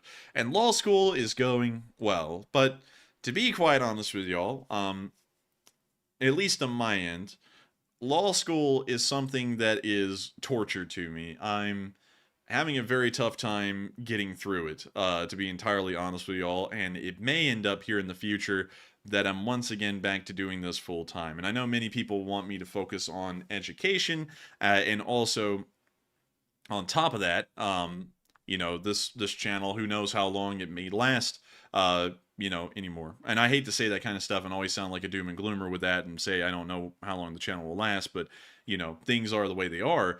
But, you know, it's been a little bit of a discussion in the background over this past month, really, since law school started again, whether law school is really for either of us. And it's something we're having a really tough time figuring out.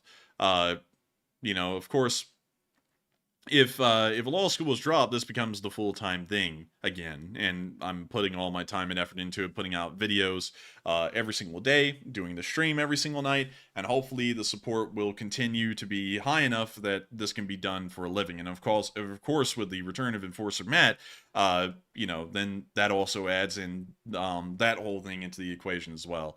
So many people say keep going to law school, don't go to law school, but I gotta tell you, it is truly raw torture. It really is. Like, I cannot stand it. The chairs are uncomfortable even. I mean, so uncomfortable, and I have scoliosis, by the way, that it's really tough to even sit down at the school.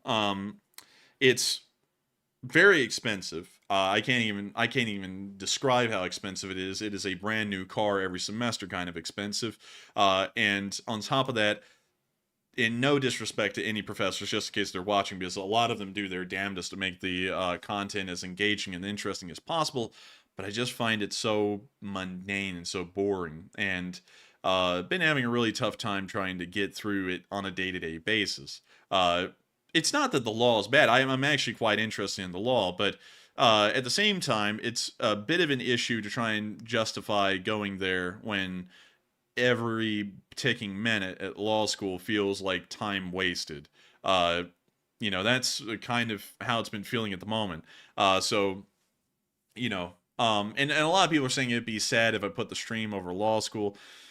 That wouldn't really be the way it's going. It'd be more so that I just say that the law may not be for me, and I may be wanting to do something else. I mean, the sky is the limit, y'all. The sky really is the limit. It doesn't have to be this YouTube channel that I focus on. It could be something else. But it's and a lot of people are saying that law school is no burden or anything, but I can tell y'all this: if y'all have gone to law school, it is a massive burden. I mean, when I'm talking about time dedicated to YouTube, like y'all, if I seriously wanted to dedicate time to law school, I would have to quit doing this completely, and just completely walk away from it, which is something I'm not going to do.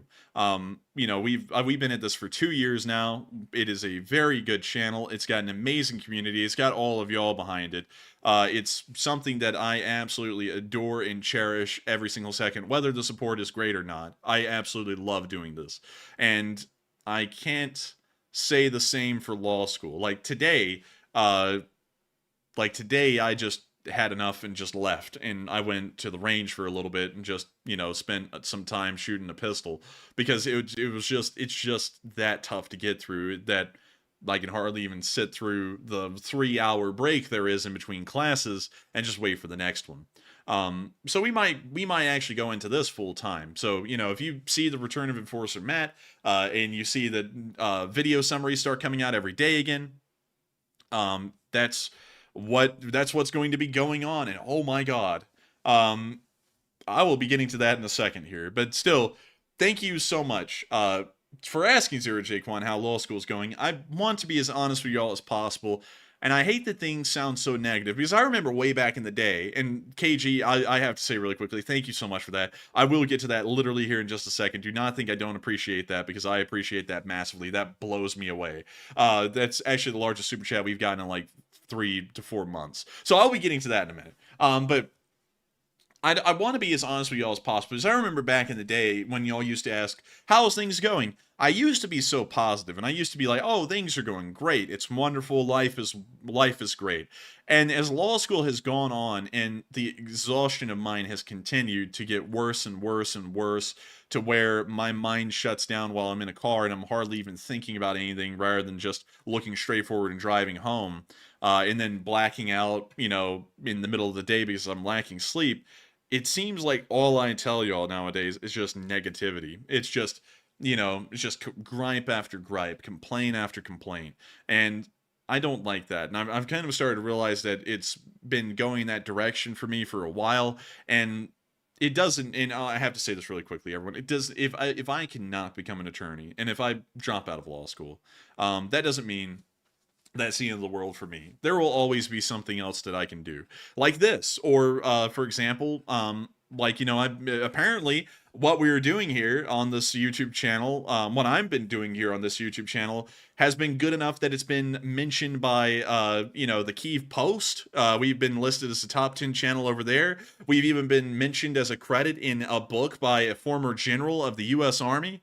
When I think about that, the sky is the limit. And it doesn't mean that the end is here. That's what I would have to say. And I would have to be entirely, I'd have to be entirely completely honest. And Angry Penguin said, everyone's feeling it. And I think y'all are, because, when have I said anything good about what's been going on off the scene, behind the scenes? Like, every time anyone asks at this point, it always sounds negative. I don't want to be like that anymore. I want to go back to when I was very happy with things. Things were going very well, and this was really the primary concern. And, you know, figuring out how to do things that I actually really, truly enjoy with all of my heart and all of my passion is something that I'm doing. And so, thank you so much for the support, Zero Jaquan. And I will say hi to Matt. And you may be able to even say hi to Matt here very soon. He might be back. And let's see. And Hoodoo Texas said, it sounds like you're speaking from exhaustion, not thinking clearly. No, we are thinking quite clearly because you know, of course, none of y'all were with us behind the scenes. Y'all are never behind the scenes with us. But we were talking about this during our break over December when school ended on the 7th of December, which is Pearl Harbor, and then it started again on January 3rd. We had an entire 3.5 weeks to think about this, and we had nothing but endless arguments, conversations. Hell, I mean, we even had fights about going back to law school or not, like what we were really going to be doing. And it was the scales hardly tipped to where we were like, you know what, we'll just try and power through it. But as this month has passed, it's, you know, it's like, gosh, I don't think I can do this. Like, you know, it's just a lot. And especially when you just feel bored and, you know, even just disinterest, you know, it's just hard to make it through, to be entirely honest. But I just wanted to be honest with y'all. And of course, the decision I make is the decision I make. I hope y'all back us up either way and support us, whether we continue to go or not. The Lee Spring Army will never die. I will always make sure the Lee Spring Army survives and keeps on going. And also, Mr. Bag, you don't get to pick going to law school part-time.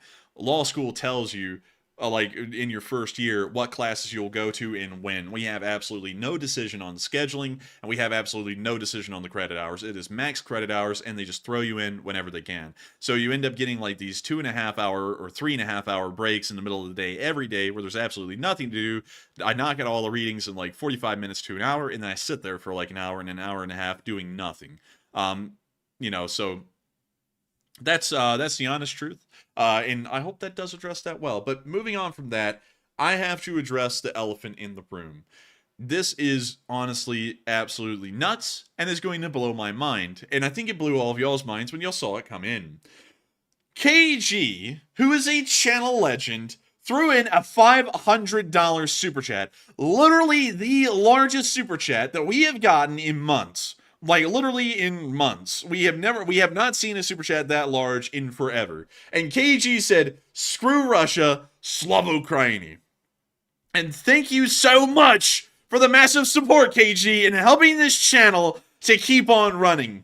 It is crazy. Folks like you aren't just helping the channel to keep on running, you're helping the channel to thrive. And I gotta thank you so much for the unbelievable support and helping the channel to keep running. Blew me away when it came in. I actually had to, you know, say that that's just crazy. And I got to thank you so much. It blows me away. Really, it does. And I hope everyone here in the channel thanks you for the support. Because I know that everyone gets tired of hearing me thank people for support. But support helps us to keep running. And support like that isn't just, you know, maintenance support helping me to keep a living and keep this channel running. That is unbelievable. And I got to thank you so much for the support and helping this channel to keep rolling, because folks like you do make it possible. And thank you so much once again for helping this channel to keep on running. And so with that, we are going to be moving on to the next one. And also, Mariachin, yeah, that's a joke. Yeah, I'm not even going to get into that, but that's an absolute joke. But moving on from that, and also thank you for sharing that with me because I had no idea. But anyways, moving on from that, from KG, unbelievable. And thank you so much once again. Unbelievable in an amazing way. And moving on from that, we got a $100 super chat from Andy L, who says, I've been here since the second week. Like your content and efforts, hang in there. And crazily enough, that $100 super chat was his first super chat ever in the history of this channel. Blows me away again. And I got to thank you so much once again for the support and making this channel possible. I mean, dang, that's crazy to think. You've been here since week 2. That means you've been here for almost 700 days now, or a little short of that. And crazy to think that your first super chat is a $100 super chat. That is huge. Thank you so much for helping the channel to keep rolling, and I'm going to be making sure to hang in here. Hell or high water. Whatever I do, y'all, and also I have to say this, because some people are going to be like, oh no, if you can't become an attorney, what about your political career? or at least your planned political career. That will still go on. I'll just find a new way to structure that. I'll just keep doing this. And hear me out, y'all. I do not have to become an attorney to be able to get into politics. There are so many people who have done nothing on the political side and ended up getting into politics. I mean, there are bartenders who have gotten into politics. There's businessmen who have gotten into politics with absolutely no political background or illegal background at all. So you don't necessarily need that to be able to make it. So that's my honest take, my absolutely honest take and opinion. So with that, I hope that does address that well. And Kaltenberg said, without law school, you can fire up the gaming channel again.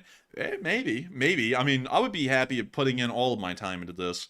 It's a greatly rewarding thing to be able to talk to all of y'all about something I've always been passionate about. I mean, before this war in Ukraine even began, way back in 2018, I was reading book after book after book about the war in Ukraine, the Russian Federation's army, the Ukrainian army, and trying to figure out everything about this. Reading all kinds of stuff around the world, and I get to talk about it now as my job, as my life. Like, this is what I do, and I'm very happy with that. I love that.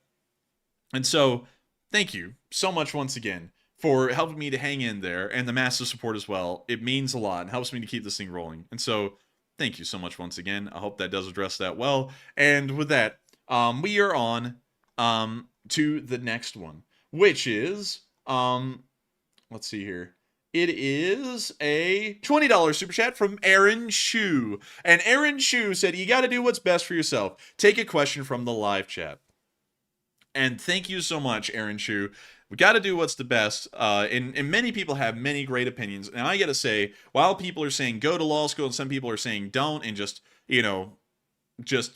dedicate yourself to YouTube, I've got to thank all of y'all for having a great concern over what we're doing behind the scenes. Because I know that each and every one of y'all's comments are coming from a position of care and really wanting the best for Enforcer Matt and me. And that means so much to me. Whether y'all's opinion agrees or disagrees with the final decision that we'll make, it means so much to me that everyone behind the scenes, everyone here in the audience wants the best for Enforcer Matt and myself. And I got to thank every single one of y'all for being so kind and caring and compassionate, because y'all make this channel so worthwhile to run. And that's why the decision is so difficult to make. Because if I ever made a decision where this channel came to an end, I would be saying goodbye to all of y'all, probably for good. I would probably never be able to come back, because by the time I come back, this war would hopefully be over by then, and there would be nothing to come back to. And that's something that I think about greatly, because some people think about their communities as numbers, just numbers on the screen, an amount of subscribers. Right now, there is 157,400 of y'all exactly that are here that have subscribed to this channel. And whenever I think about that, I think not of a number of 157,300 and, actually 399 people. I don't think about that as just a number, and I don't think about people as just viewers. I've got to meet so many of y'all, hardly even a drop, just a drip of the ocean that makes up this Lee Spring Army, and each and every one of y'all is so unique and interesting. It's amazing that we have people here that are currently serving in the Israeli Defense Force. We have people who are serving in the Ukrainian Armed Forces that we get to talk to here and there. We have people like Real Engineering, who's a channel that I've watched a great deal watching this channel. It's just so many people who watch this channel that we've gotten to meet a little bit and talk to. And folks like the OG Ellison Bosun, folks like BC Skyman, and Mark, the Kinetic Possum, and really everyone else in between. I mean, there's so many people, like the list goes on. I mean, hell, I was talking to Discord last night to Nutters HD, and he was sending these really cool little patches of stuff, and he just does design work and everything. And when I think about that, and all the great people who are here, and to think that I would have to pick in between y'all or going to law school, which I'm honestly not really enjoying, well, not just enjoying, I'm not liking it at all at this point, the decision becomes pretty clear to me, probably what would be the best thing to go with. you know, that's something that I've just got to say time and time again. Y'all are what make the channel so special and so worthwhile to be here and run. Regardless whether we get a lot of likes, a lot of views, or a lot of support to the fundraisers or to this channel itself through super chats, y'all are what really make this channel so hard to give up. Because, you know, just looking into the live chat right now, the support is unbelievable. And also, DL, we do not have a Discord. I have a Discord account, but I do not have a Discord server. So with that, I hope that does address that well. And with that, I hope that does address that well, Aaron. And I will be making sure to take a live chat. And this one goes to Junebug72, who said, "Did you hear about hospitals all across the entirety of Israel, GAE patients to wrong medications because the computer software that the entire country uses has been compromised?" I have not heard about that at all, Junebug, and I'm going to have to look into that after the stream, try and look into that a little bit. I'm sure that that's probably true and probably very big issue, and hopefully that'll be changed here soon. Maybe they might have to go back temporarily to paper filing and paper documents, which is a nightmare on the clerical end of things, to try and make sure that things keep rolling. But with that, I hope that does address that well, and thank you so much once again, Aaron, for sponsoring that live chat and helping this channel to keep on running. And with that, we are now moving on to our next super chat, which is from Pepsi Man 101. And Pepsi Man 101 said, "How does the U.S. respond to Iran aggressively but without attacking directly?" Well, we bombard their terrorist groups throughout the region. But at this point, I think we need to bomb those groups throughout the region and immediately, without delay, have a plan drawn up to where the next attack that leads to the death of U.S. service members involves striking Iran itself. I know many people are like, oh, that will create a war with Iran. It won't, because there was this one moment, let's see, the time the U.S. destroyed, I don't know the name of the war, so I'm having to Google this, half Iranian Navy. We should get the answer here. Here we go. Operation Praying Mantis. This is considered an American victory and happened on the 18th of April, 1988. Out of this little fracas, 2 U.S. service members were killed, 1 helicopter crashed, the 2 guys that died were on the helicopter, by the way, and out of that, we ended up destroying 1 frigate, 1 gunboat, 3 speedboats, another frigate was crippled, 2 platforms were destroyed, and 1 fighter aircraft was damaged. 56 Iranian sailors died, and 5 ships were sunk to the bottom of the sea. And it didn't turn into a war. We just ended up blasting their asses, and then we just moved on to the rest of our lives. So there is a way, at least in theory, Pepsi Man, that we could actually directly attack the Iranians like we did then, and just get away with it. And, you know, not have to really worry about the repercussions. This was half of the Iranian Navy when this happened, by the way. This was literally exactly half of it. And that was done just to get a message across. So when you think about that, it's not out of the question that we could just beat the living daylights out of the Iranians and not have to go into an official ground war with them, and that might scare them enough that we don't have to get into an official ground war with them. If that didn't scare them enough, of course, the last escalatory step would be to actually conduct a ground invasion into Iran. So with that, I hope that does address that well, Pepsi Man 101. I hope that does give a little bit of historical context that Iran is not off the table. We could directly strike them like we did during Operation Praying Mantis, and really there is no major repercussions that come rippling out of that. But with that, thank you so much once again for the support. I hope that does address that well. And on to the next one. We have a $30 super chat from Bob Anon, one of our Australian viewers, by the way. And Bob Anon said, "Get the law degree. It will help you in different ways throughout your life. The Ukraine war will eventually end. Stick with it even if you take a year off law school. This is temporary. Education stays with you for life." And I got to thank you so much, Bob Anon, for the support. And thank you for the concern and caring. And I see some people saying Bob Anon is correct. Amen, and things like that. But I gotta be honest with you. I don't know if I want this kind of education. It is very time consuming. I don't think many of y'all get an idea or a context of how time consuming it really would be. I spend all of my time outside of running this channel doing law school. And even then, the amount of work that has to be put into law school is so much I can never get to all of it, even if I try. It's infeasible to do. This channel would have to end. And I don't want this channel to end. I love what this channel is. I love doing it, whether there was support for the channel, whether there was no support for the channel. And of course, I always tell y'all that the channel always hinges on support.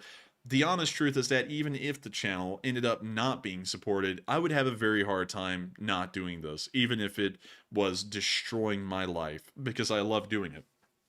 It's been great. We've done so much. We've helped out so many people. The news has gotten out to so many people. There's a massive community here, an incredibly kind and caring community, not just to me, but to all of y'all. And that's something that weighs in a lot on me. Of course, education is forever, but and the Ukraine war will end. And I'm actually, honest to God, to every one of y'all, praying that it will end sooner rather than later. I'm not expecting to make a living off of this thing for 10 years. I don't want this to be a Syrian civil war or a Yemeni civil war that goes on for 10 straight years with no end in sight.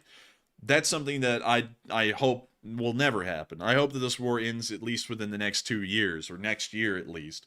But that doesn't mean that this channel will end when the war is over. If this was my full-time job and I focused on this completely, we are going to start branching out into other kinds of news and talking about other things. We may just do rabbit hole videos, like videos about urban planning, grids versus just a natural city layout. Or we could do things like we could actually travel around and talk to people who are there on the ground. I mean, we may at that point actually consider going to Eastern Europe, to places like Poland, and talking to either NATO representatives or military commanders in the area that are currently facing down a possible Russian ground invasion, which seems to be more and more likely from official statements. We could travel around domestically here in the United States. And even in the very rare instance, we could try and cover situations that are affecting this nation here domestically, but give them the proper kind of news coverage they deserve. A balanced and fair kind of reporting that doesn't pick sides, but only gives you the voices of both sides, and then just gives you the story. It doesn't try and do anything that would sway y'all one way or another. To be quite honest with y'all, I wouldn't let that taint the main channel. That would probably be a second channel that we would create that would cover domestic things here in the United States and be completely neutral on the matter, and just, let y'all know what's going on. Like, many of this has been something that's been plaguing the headlines here in America over the past week, is the situation in between Texas and the federal government. We could try and talk to representatives of the federal government and get their position on the matter. We could, talk about the situation overall, the tensions that are arising in between the federal government and the state of Texas. Talk to Texas state representatives and get their side of the matter. Talk about what's going on down there and not give y'all a sway. Just tell y'all what's going on and tell y'all how both sides are going at it. What both sides are considering to be their main point of contention, the main point of conflict. We could do stuff like that. We could do gun review videos. I mean, it's limitless, the kind of content that we could actually do and present to y'all, and hopefully in the kind of quality and the kind of way that y'all expect from this channel, which, as far as the Ukraine war goes, apparently it's good enough we can get referenced in a book at this point, which I had no idea about. So, just putting that out there, I think that would be great. And on top of that, if we really started to build up a massive following here in the United States on covering domestic matters neutrally, and it grew a massive following, the channel as a whole just grew a massive following, then that could still be the same stepping stone that getting a legal degree would be to trying to get into politics. That's the same thing. So with that, I hope that does address that well. And thank you so much once again for the support, Bob and on. But I'll be looking into it and I'll be considering all the options. I just hope that all of y'all back us up as we make this very difficult decision of whether we're staying or not. Let's see. And also, Mike, we can't take the year off. Law school is either you're there every semester or you're not. You're either there or you've withdrawn. The law school is very cutthroat with its options. It's not like undergrad where you can kind of like go find yourself for a few semesters if you want and then return. It's either you're doing this or you're not doing it, and that's all you can do. Like, there is this thing called a deferment in law school where you can get away with not going for a semester, but you can't do that once a semester starts. So that means we'd have to round out this one and then defer the next semester, and then just pray that we want to come back. Because if we didn't want to by the end of that semester, they're going to throw us out anyways. So it's sadly not as flexible as an undergrad degree would be. So we're kind of, forced with the ultimate option of quit or go. that's what we're having to deal with right now.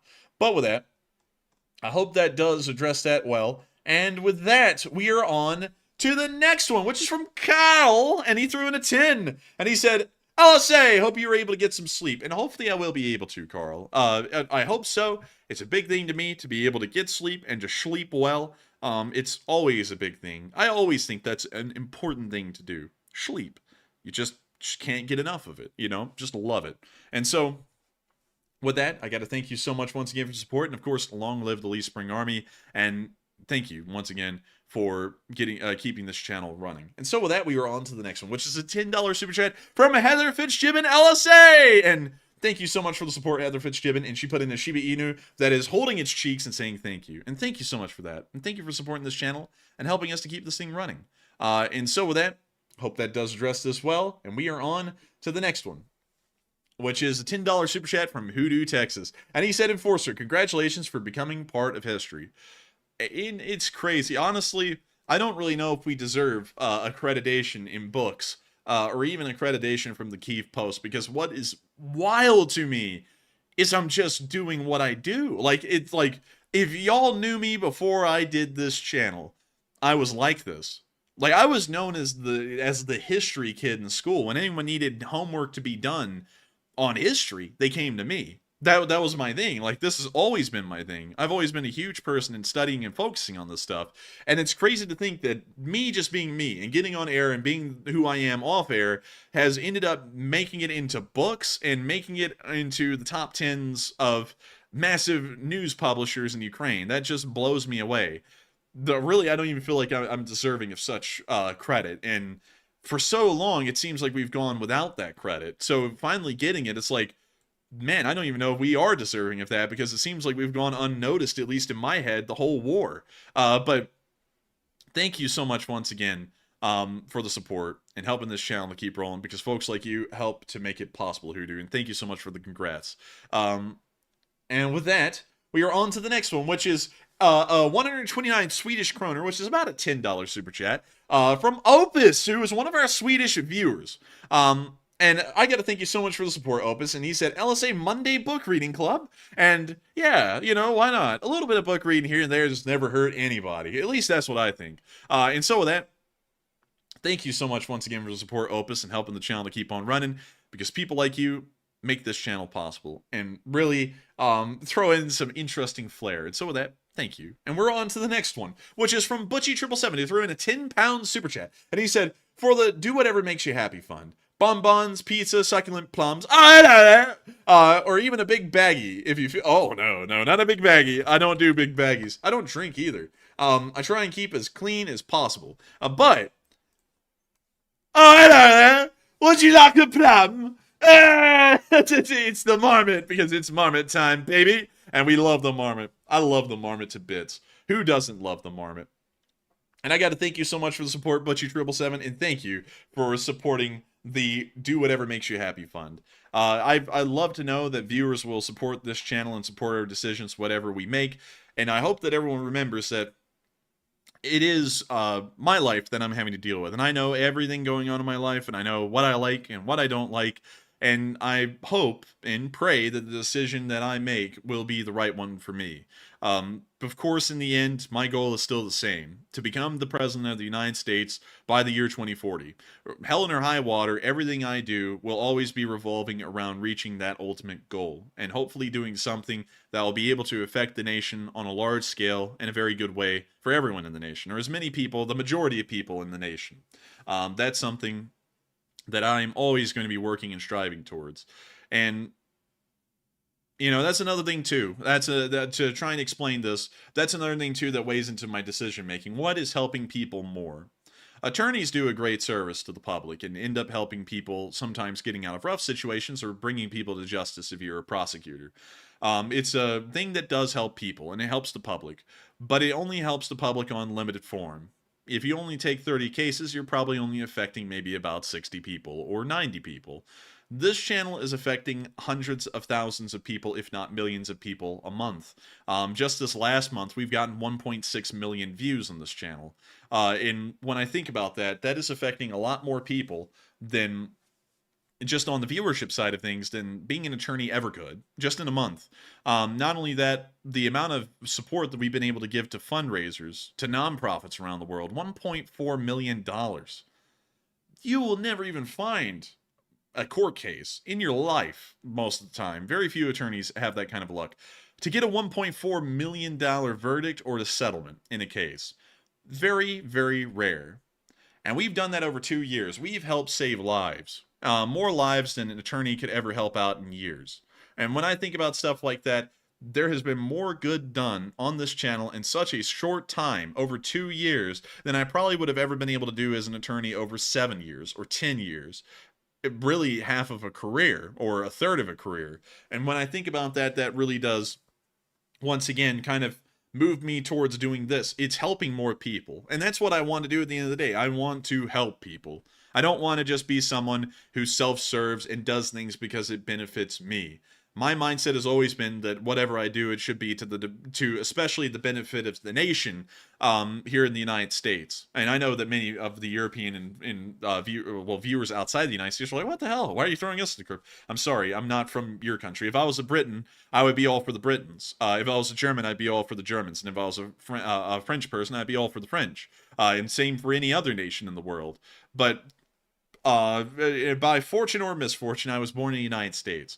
And so I pretty much have the idea in my head that I live, breathe, and die for the betterment of the nation any way I can. Even if it's an incredibly small way, an incredibly small service, I would want to go that path instead of going another path that only serves my interests and leaves the nation on its own.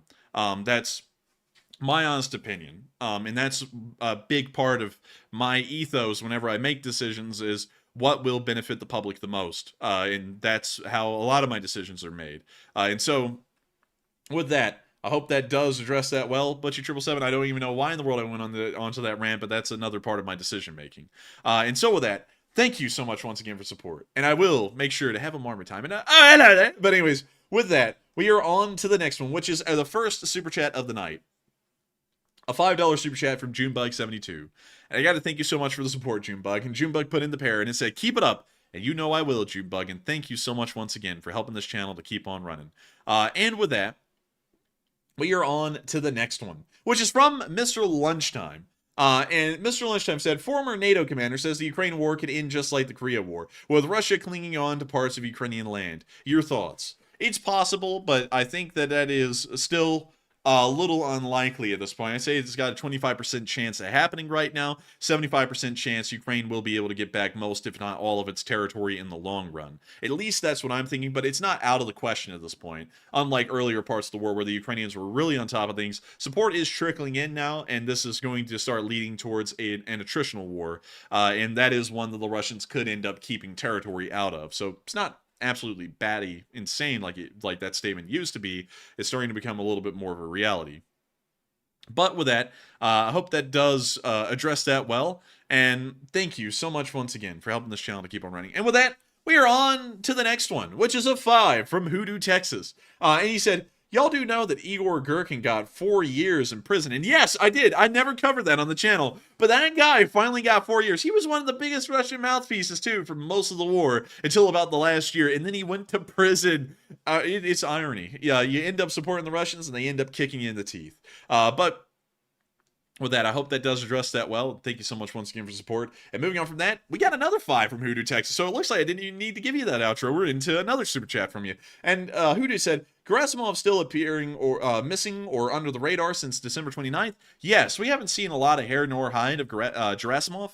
It appears that he is completely missing at the moment. So, still up in the air. Is he dead? Is he alive? Schrodinger's Gerasimov. We have no idea. But with that, I hope that does address that well. And we are moving on to a $3 super chat from Teslans. And Teslans, your support is greatly appreciated. You didn't throw in a comment, but you threw in a little pair, throw in a massive thumbs up, and that means a lot to me. And thank you so much for always being here with us, Teslans, and always helping the channel to keep rolling.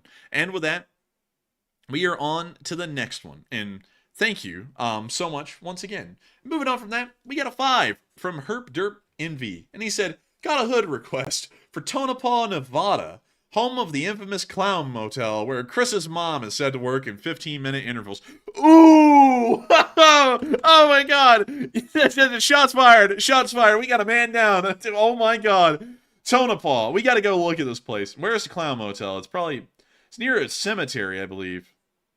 Yeah! There it is, and there's the cemetery. Right there. Oh man! Oh, let's go check out the town. What's Tonopah look like? Ooh, it looks like it had a good time in its life, but it ain't that great anymore. But hey, Jack Dempsey was here at some point. Okay. Well, it's Jack Dempsey room fine dining, but I don't know how fine this is getting here. It looks like a small gambling town. Not distant small gambling towns, but you know, not usually the place where you find the nice. Wait, is that a shopping cart? Hold up. Yeah, this is a hood. Like, I think we can get that clearly. I think the Clown Motel is right down here, too. Nope, that's the Tonopah Motel. We got to get down to that Clown Motel. Because, you know, this is where all of the M&M's folks hang out, is the Clown Motel. So let's go check this out. Oh, man. Dude, this place is weirder than I thought it would be. Ew. Ew. I don't like it. No. I don't like this at all. Yeah. I've heard of this place before, and of course, if y'all have ever heard of Longmont Potion Castle, he prank called this place, and I love the phone call. Like, I wish we could play it on air, but I think it's copyrighted.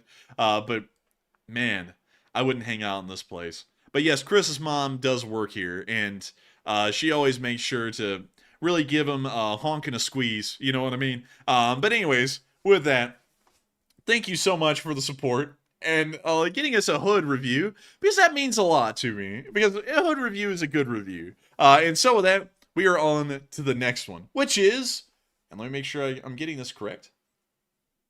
Let's see. Eric Kress threw in a 2, and he said, maybe look into military to become lawyer. I would, Eric, but sadly, my scoliosis is so severe, I'm disqualified from service. I've gone over this so many times before, because and I'm not saying this like in deriding your super chat, but I've said this a lot over the course of the channel, and some people don't get it. And that's something that always aggravates me a little bit. Not with you, Eric. I want to make that clear. Not with you, but I have a curvature of the spine of something like 29 degrees, which is so severe I cannot become a commercial pilot, and I'm also disqualified from military service. I checked in on that a long time ago, and that's where my dream of becoming an officer and going to officer training school or a military academy like Virginia Military Institute died, and it would never happen beyond that point.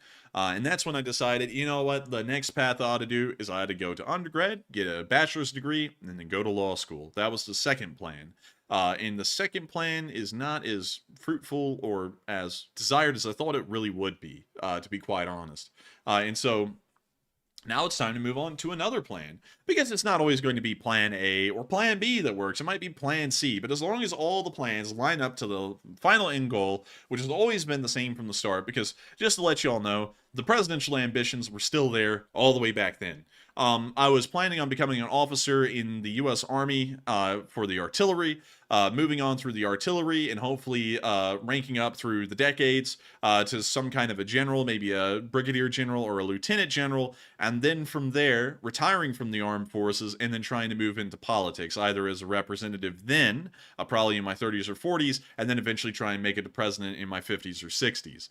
When that plan didn't pan out, because of scoliosis, I then decided to move on to plan B, which accelerated everything far in advance, because by becoming an attorney, the plan would be that the credentials would look great being a lawyer, and I could then move on into getting into politics very early, and then trying to become president by 2040, which would technically make me, if I was elected in 2040, one of the youngest presidents, or the youngest president in U.S. history.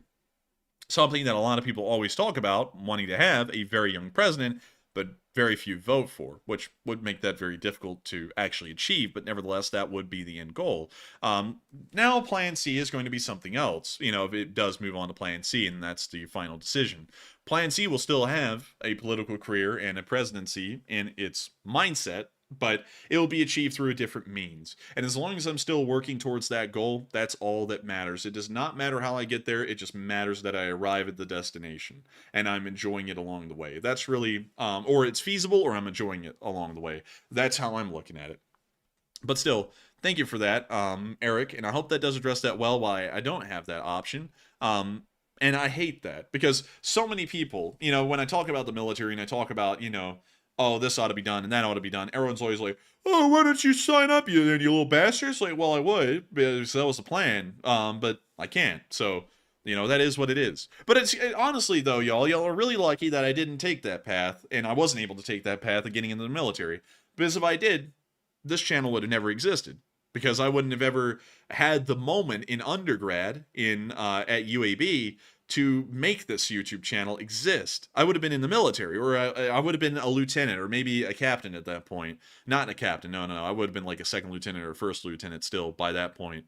And I would have been in the military doing my thing if I didn't have scoliosis. This channel would have never existed. I would have never been around here to talk about the Ukraine war. I would have been doing something completely different. So, just because the first plan doesn't work out, that doesn't mean that it's going to be a failure, or, it all is lost. Sometimes it's for the better, because, if I had done that, I would have never been able to meet all of y'all and have this community. So, you gotta always look at the bright side of things. Just because one plan doesn't work out doesn't mean that the next plan may not even be better than the last. So with that, I hope that does address that well. And moving on into our next one, we have a $5 super chat from John Spruitt. And John said, LSA strong, this channel is important, but so is getting your law diploma. Enforcer Matt, respect. And respect to you, John Spruitt, and thank you for the support. Your first super chat ever. And that is true, it is important, but only if we feel that it's important. And that's kind of the thing. We don't really know. And to give you all a little bit of background, my dad is an attorney. He's been doing it for 30 years. This is his 30th year. And he's been telling us some things lately about being an attorney.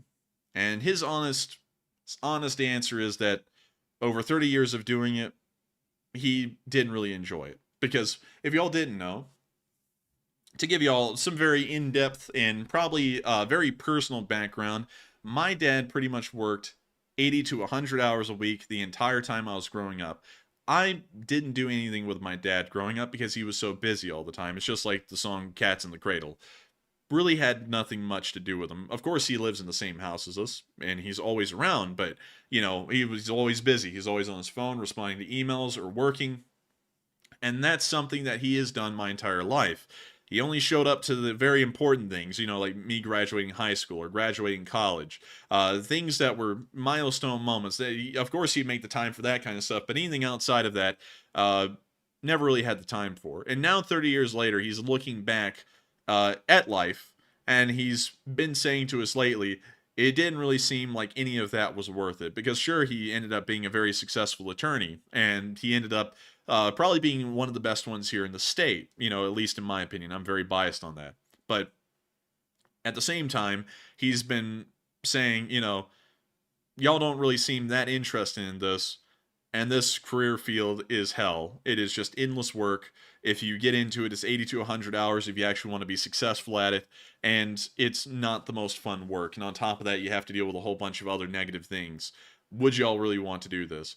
And that's been something else in the background that really has been weighing on me. And that's something that weighs on me greatly too, because I would hate to have the idea that if I did something, I would never really have the time to deal with my kids, when I have a family. And I would be so busy that I really only get to be there kind of as a ghost who gets to show up for the important events, because I'll be able to make just enough time for that, but never have time for anything else. That's kind of another thing. Not to get you all completely involved in everything. And then once again, the decision is ours to make. Whatever decision it is, it will be. But that's kind of, a bit of a thing going on in the background too, that kind of slaps you in the face, is when someone who's been doing this for 30 years, who is your dad, and you've watched him do it your entire life, they sit there and go, it wasn't really worth it. When I think about it in retrospect, you sit there and go, damn, would it be worth it for me in retro? If I look back in 30 years in retrospect and think about it all. So, I hope that does address that well. I hate to just like trail off into just distant comments there, but I hope that does address that well for y'all. Kind of another thing as to why this is really coming around.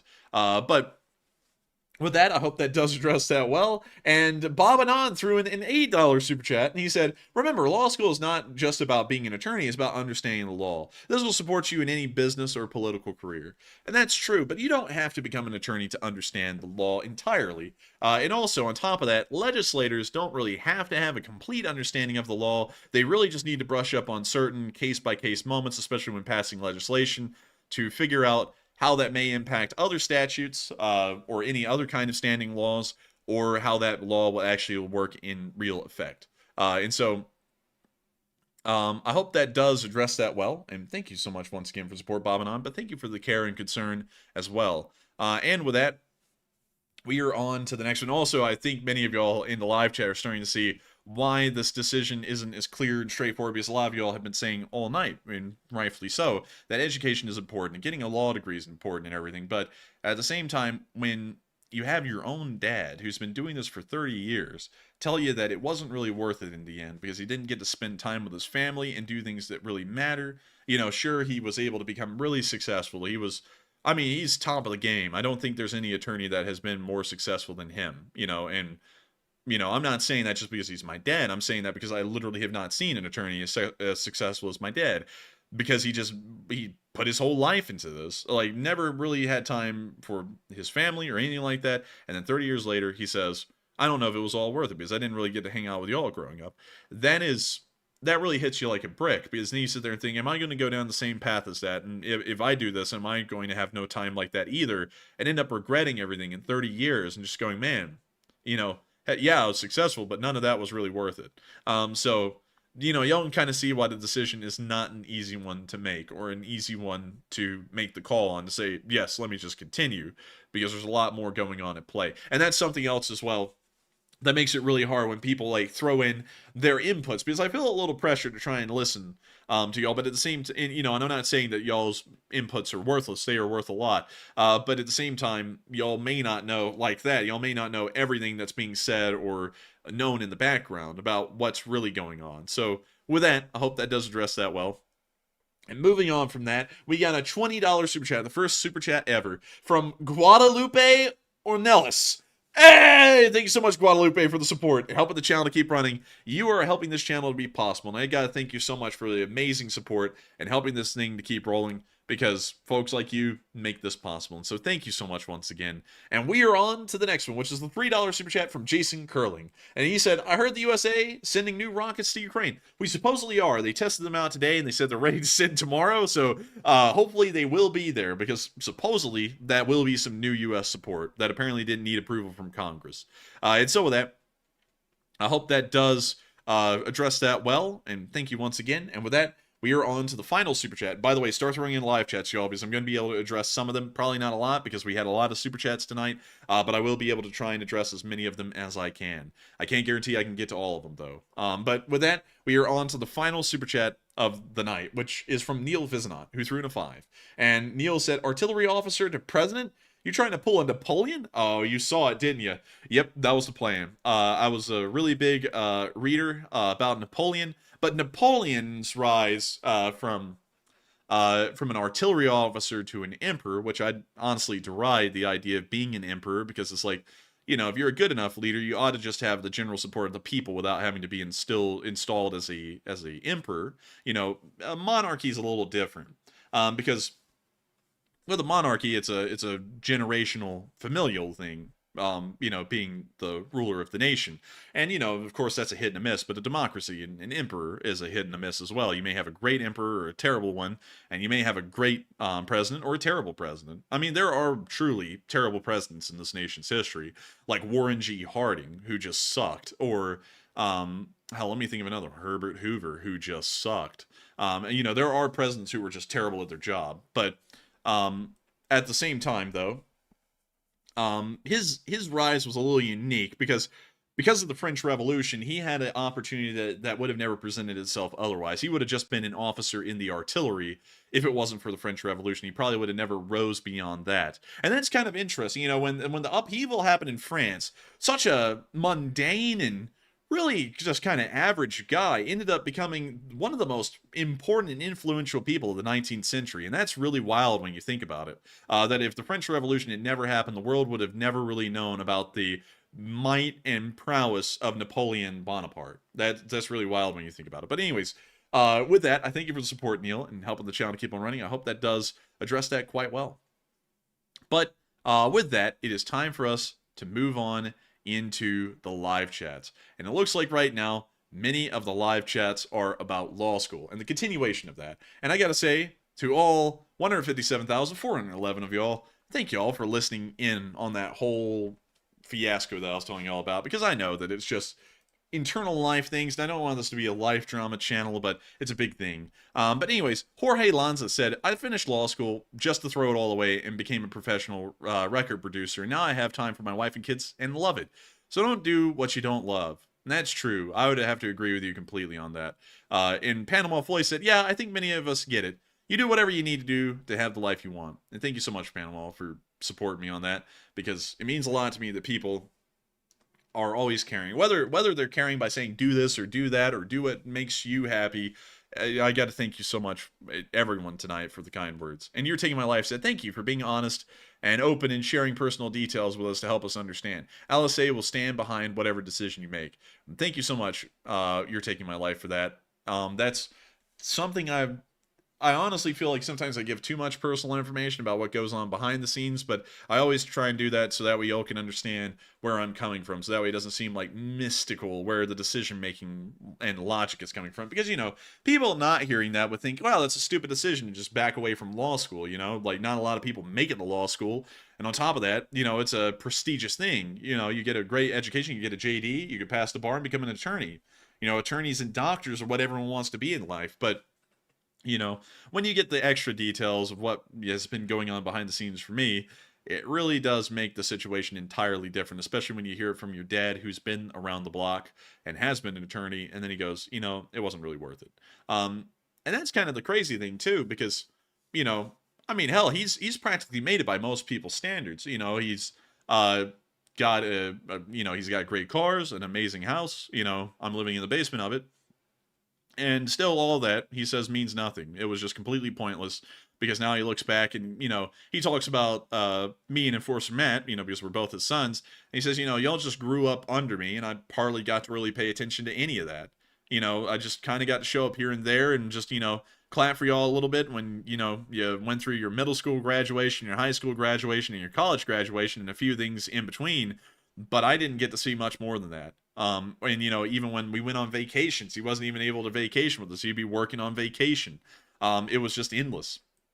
And, when he talks about that, it really does add a lot to, I don't know if I want to do that. Because, if I'm not really interested in the first place, and, on top of that, just going to miss, my entire family pretty much just working to provide for me, it's like, what kind of life is that? That's not a life.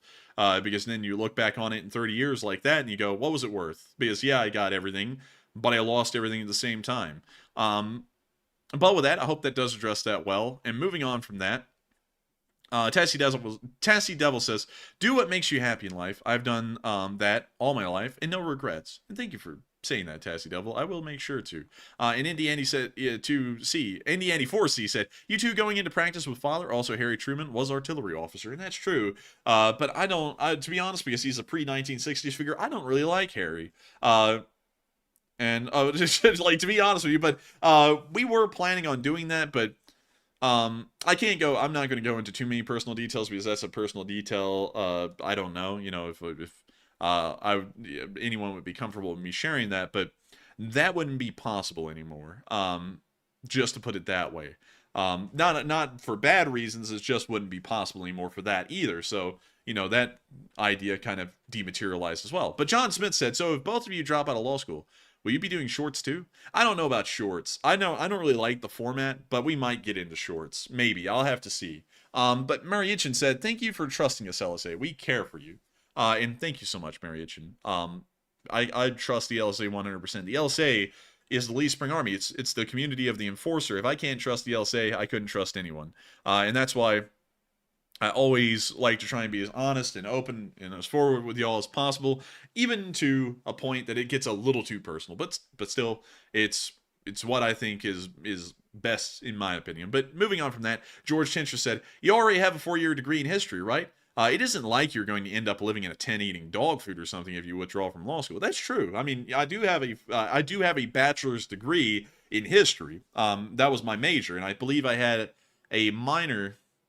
I don't actually know. I didn't have a minor. I just did all history, all in. So, with that, keeping that in mind, that's the thing. I mean, I do have a bachelor's degree in history, and so I do have a degree. And a history degree isn't worthless because that actually was the most sought after degree to be able to be accepted into law school with, according to online stats. So, it's not a bad degree. So it's not entirely impossible to go get another job. And on top of that, just talking about, a little bit extra detail and options. Apparently what I do here on YouTube is actually a job that you can get as a civilian contractor with the military. It's military. It's something like military intelligence or something like that. The federal government will pay me to sit here and pretty much do what I do for y'all every day. And that's a job I can have. Don't really know what the requirements for that are. I haven't really looked into it that much, but Enforcer Matt behind the scenes has told me about that. He was like, if you wanted to keep doing what you're doing, you could just do that for the federal government. It's literally the same thing. And I was like, wow, yeah, you could. And apparently apparently that's job positions that are widely open. And, while I may not have the requirements that may exist, I mean, I don't know how it will work, but maybe I could just say, look, I was referenced in Petraeus' book. I was top 10 in Key Post. That is the most viewed live stream by number on the Ukraine war daily.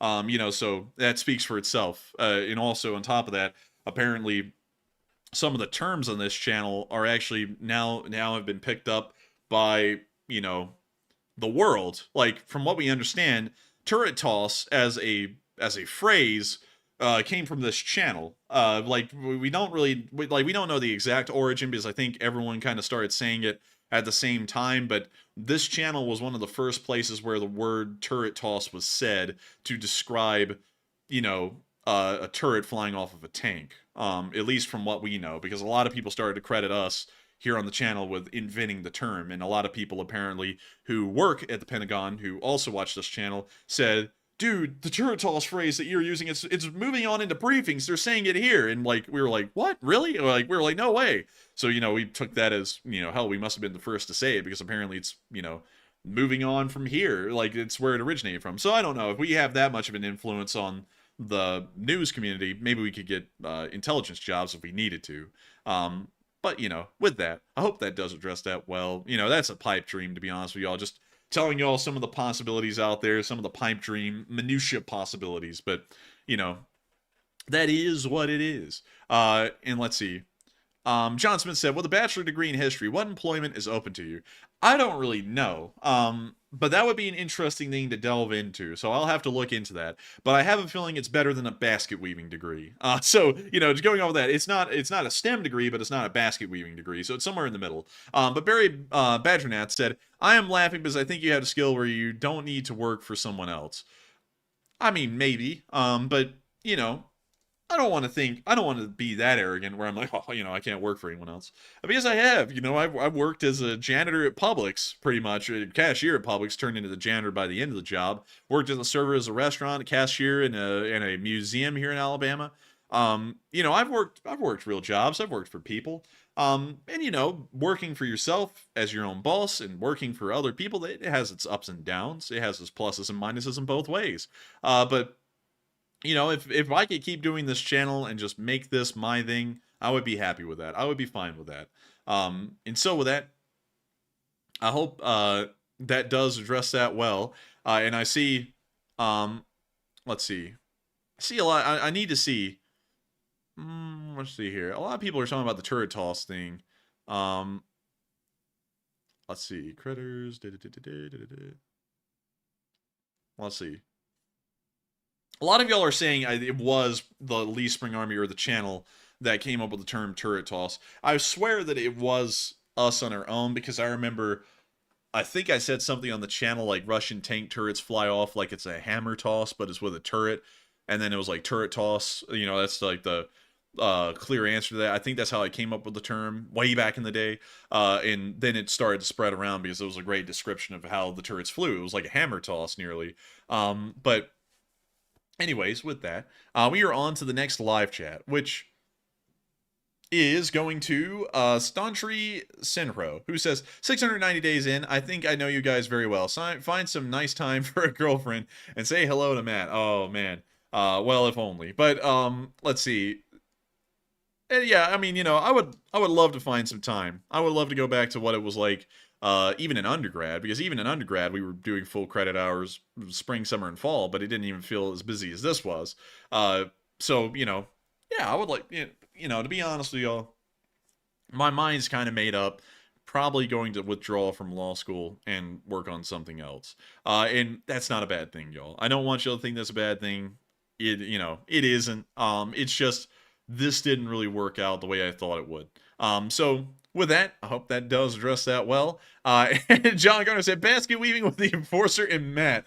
Ugh, I would not do basket weaving. But a certain dev said, once verified, you should post that book attribution on the community page here. Thanks. Suspender snapping is fun. Yeah, that would be, wouldn't it? And that would be crazy. I'm going to have to really go look at that book, because that would be crazy if we were referenced in it. I'm going to have to go tell that over the mountain if we were referenced in an actual publication. That would be crazy.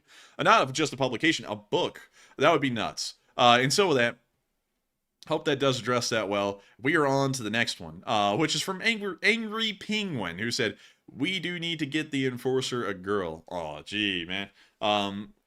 That's something. That's something for another time. But let's see here. Let's see here. Definitely history teacher at either the high school or college level.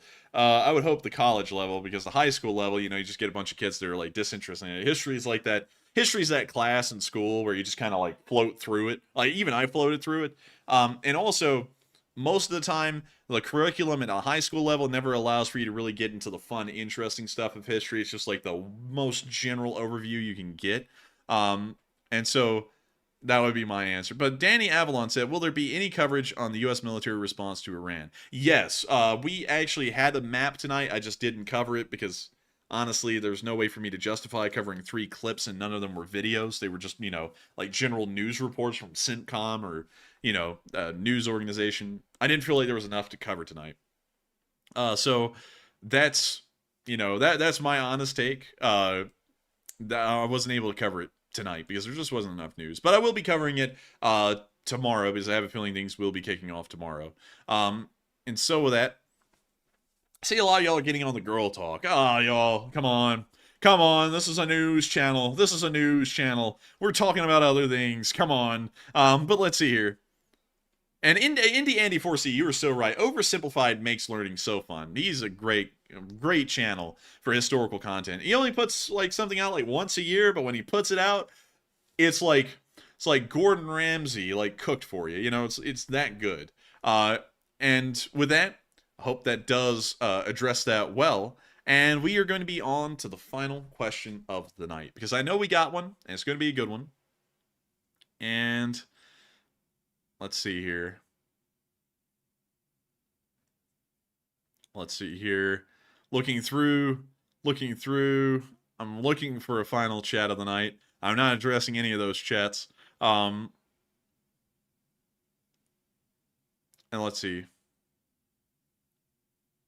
And Heather Fitzgibbon said, LSA said, check on what classes you could pick up for teaching at college level. Can do that part-time. Yeah, that's an idea. I could do that.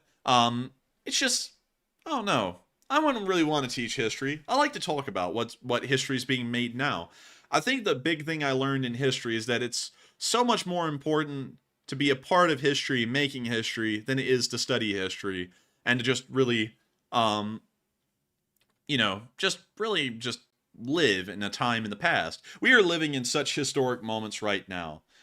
These times will pass by us. We are living through a major historical moment as we speak that we just covered tonight. That is something that the opportunity will never pass again. If you did not live and be active in this time in history and talk about it and cover it, that's it. You know, so, like, in my opinion, I love history. Absolutely love it. But I love it in a concept of looking back in time and taking good aspects and good things and using it to implement in the modern day and to be a part of making history in the present day. You know, what better history to be a part of than the history that is being made today and tomorrow instead of only talking about the history that's already been made yesterday. That's a big thing to me. And that's one of the big things I think about history, is that I'm not really a big person. I'm a big person into reenacting. I'm a sucker for reenacting, but I'm not really a big person into being like, oh yeah, let me just like live in like a office or a library and just get really into history or teach people about our past, because you know that's for other folks, not me. I'm going to be one of those people that helps to make the history of today that people 70 years from now will be talking about. That's how I think of it. But still, I hope that does address that quite well. And with that, that was the final question of the night. I got to thank all of y'all so much once again for watching. It's been absolutely unbelievable tonight. There was 6,000 of y'all watching at the peak. One of the highest audiences that we've gotten in a very long time. I've got to thank every single one of y'all so much once again for watching. It's been an absolute honor keeping this channel running, and being able to run it again tonight for all of y'all and share the news with y'all. I wouldn't have it any other way. This channel is truly something that just makes me filled with joy, to be able to cover, to be able to have such an impact, to be a force of good, both on the war in Ukraine and a force of good from what I've heard on many of y'all's lives. Some of y'all deal with y'all's anxiety by watching this channel. Some of y'all are sick and pass your time by watching this channel, and the thousands of hours of content that's been made over 2 years. And a lot of people look to this community as well as solace and counseling, something that wouldn't be provided otherwise. It's an honor to be able to run this stream for y'all each and every night. And tonight, I certainly felt like it was an amazing honor to be able to run this stream for y'all and to be able to tell each and every one of y'all about the news that happened today. There were 39,000 of y'all who have watched this stream as I'm getting off air right now. And I want to remind y'all again that I never look at that number as a number. That was 39,000 amazing, incredible people that watched this channel and valued what I was saying for some reason. I still have no idea 2 years later why so many of y'all value what I say, but nevertheless y'all do. I'm incredibly honored by that. I'm blown away by that and absolutely speechless. But I thank you all so much once again for making this channel absolutely special, not just for each other, but for me.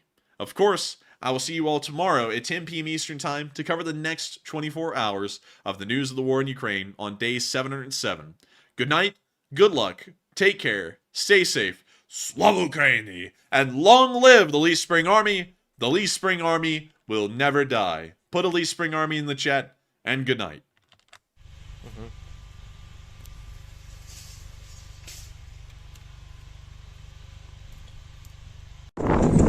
Yes. The Leaf Spring Army sends its regards.